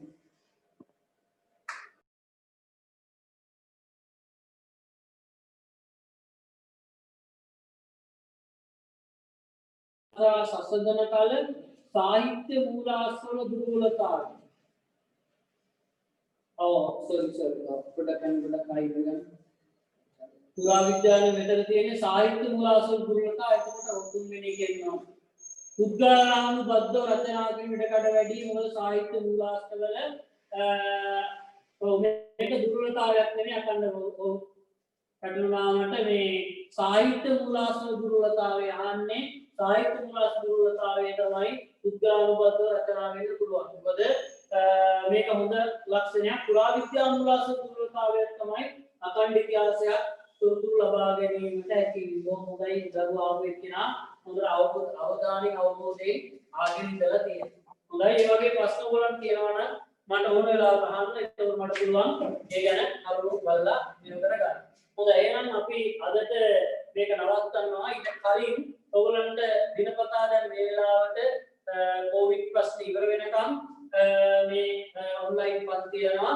දන්නේ නැති ළමයින්ට කියන්න ලින්ක් එක දාන්නම් මම අපේ group එකට එකතු වෙන්න. group එකෙන් මම වීඩියෝ දානවා ඔයගොල්ලන්ට. ඊළඟට ඒ වගේ පොදුතුරු ලබා ගන්න පුළුවන්. ඊළඟට මේ ඔයගොල්ලන්ට විද්‍යාව සේනසිංහ සර්ගේ ඔන්ලයින් පන්තියක් අපි ලබන සතියේ ආරම්භ කරනවා. ඊට අමතරව තවත් විෂය දරනවා ඔන්ලයින් පන්තියක් සවිහාරා ඔයගොල්ලන්ට ළඟා කරගන්න පුළුවන්. මේ පොත ගත්තේ දරුවෝ ඉන්නවා නම් අනිවාර්යයෙන්ම කතා කරන්න. මේ යට තියෙන මගේ නම්බරය ඊළඟට WhatsApp නම්බරය ඔයගොල්ලෝ දන්නවා මගේ. ඒකට කතා කරලා පොත ගන්න අරගෙන අපි මේ වැඩසටහන අපි ඉදිරියටම අරගෙන යමු. එහෙනම් ඔයගොල්ලන්ට ප්‍රාර්ථනා හොඳට පාඩම් කරන්න උත්තේ කාලයක් හොත යවන්න එපා. ඔයගොල්ලන්ට හොඳ අවස්ථාවක් එකක් ලැබෙලා තියෙන හැමදේම ධනාත්මකව හිතන්න. ඔයගොල්ලන්ට කිසි කරදරයක් නැහැ. මොකද පාසල නැති නිසා ඊළඟ පන්ති නිසා කාලය ඉතුරුයි. ඔයගොල්ලන්ට තනියම අධ්‍යයන කටයුතු කරගන්න. මේ තාක් පරීක්ෂා ටික හොඳට ප්‍රමාණවත් ඔයගොල්ලෝ දාගන්න. හොඳ ප්‍රතිඵලයක් ගන්න. ඒ නිසා ඉදිරියටලා කාලය නාස්ති කරන්න එපා. පුළුවන් තරම් පාඩම් කරන්න. ප්‍රශ්න වල උත්තර ලියන්න. මගේ මේ පොත ඔයගොල්ලෝ දිගටම කරගෙන යන්න. මම කියන්න ඕනේ නැහැ. ඔයගොල්ලෝ දිගටම කරගෙන යන්න. ඔන්ලයින් පන්ති සාකච්ඡා කරන නැත්නම් පන්ති පටන් ගත්තොත් පන්ති හරි අපි සාකච්ඡා කිරීම කරමු. එහෙනම් තව යාළුවෝ එකතු කරගෙන වැඩේට සහභාගී වෙන්න. සහභාගී දරුවෝ ඉන්නවා සහභාගී බැරි දරුවෝ කීදෙනෙක් ඉන්නවා කියලා කිව්වා. ඒගොල්ලන්ට අපි වීඩියෝ එක පස්සේ නැවත වතාවක් පාඩමක් මම ඒගොල්ලන් සම්බන්ධ කරගෙන යනවා භවිෂ්‍යත් අපිට එක සම්බන්ධ වුණාට අපි ලබන ඉරිදා එකමාරට හම් වෙනවා ඔන්ලයින් පන්තියට එක විදිහකින් කරනවා දානවා ඒතකොට ඒකට ලෑස්තිලා ඔහු ලියන මොකටද ආයුවන් අපි ලබන සතියේ වැඩි ආරම්භ කරමු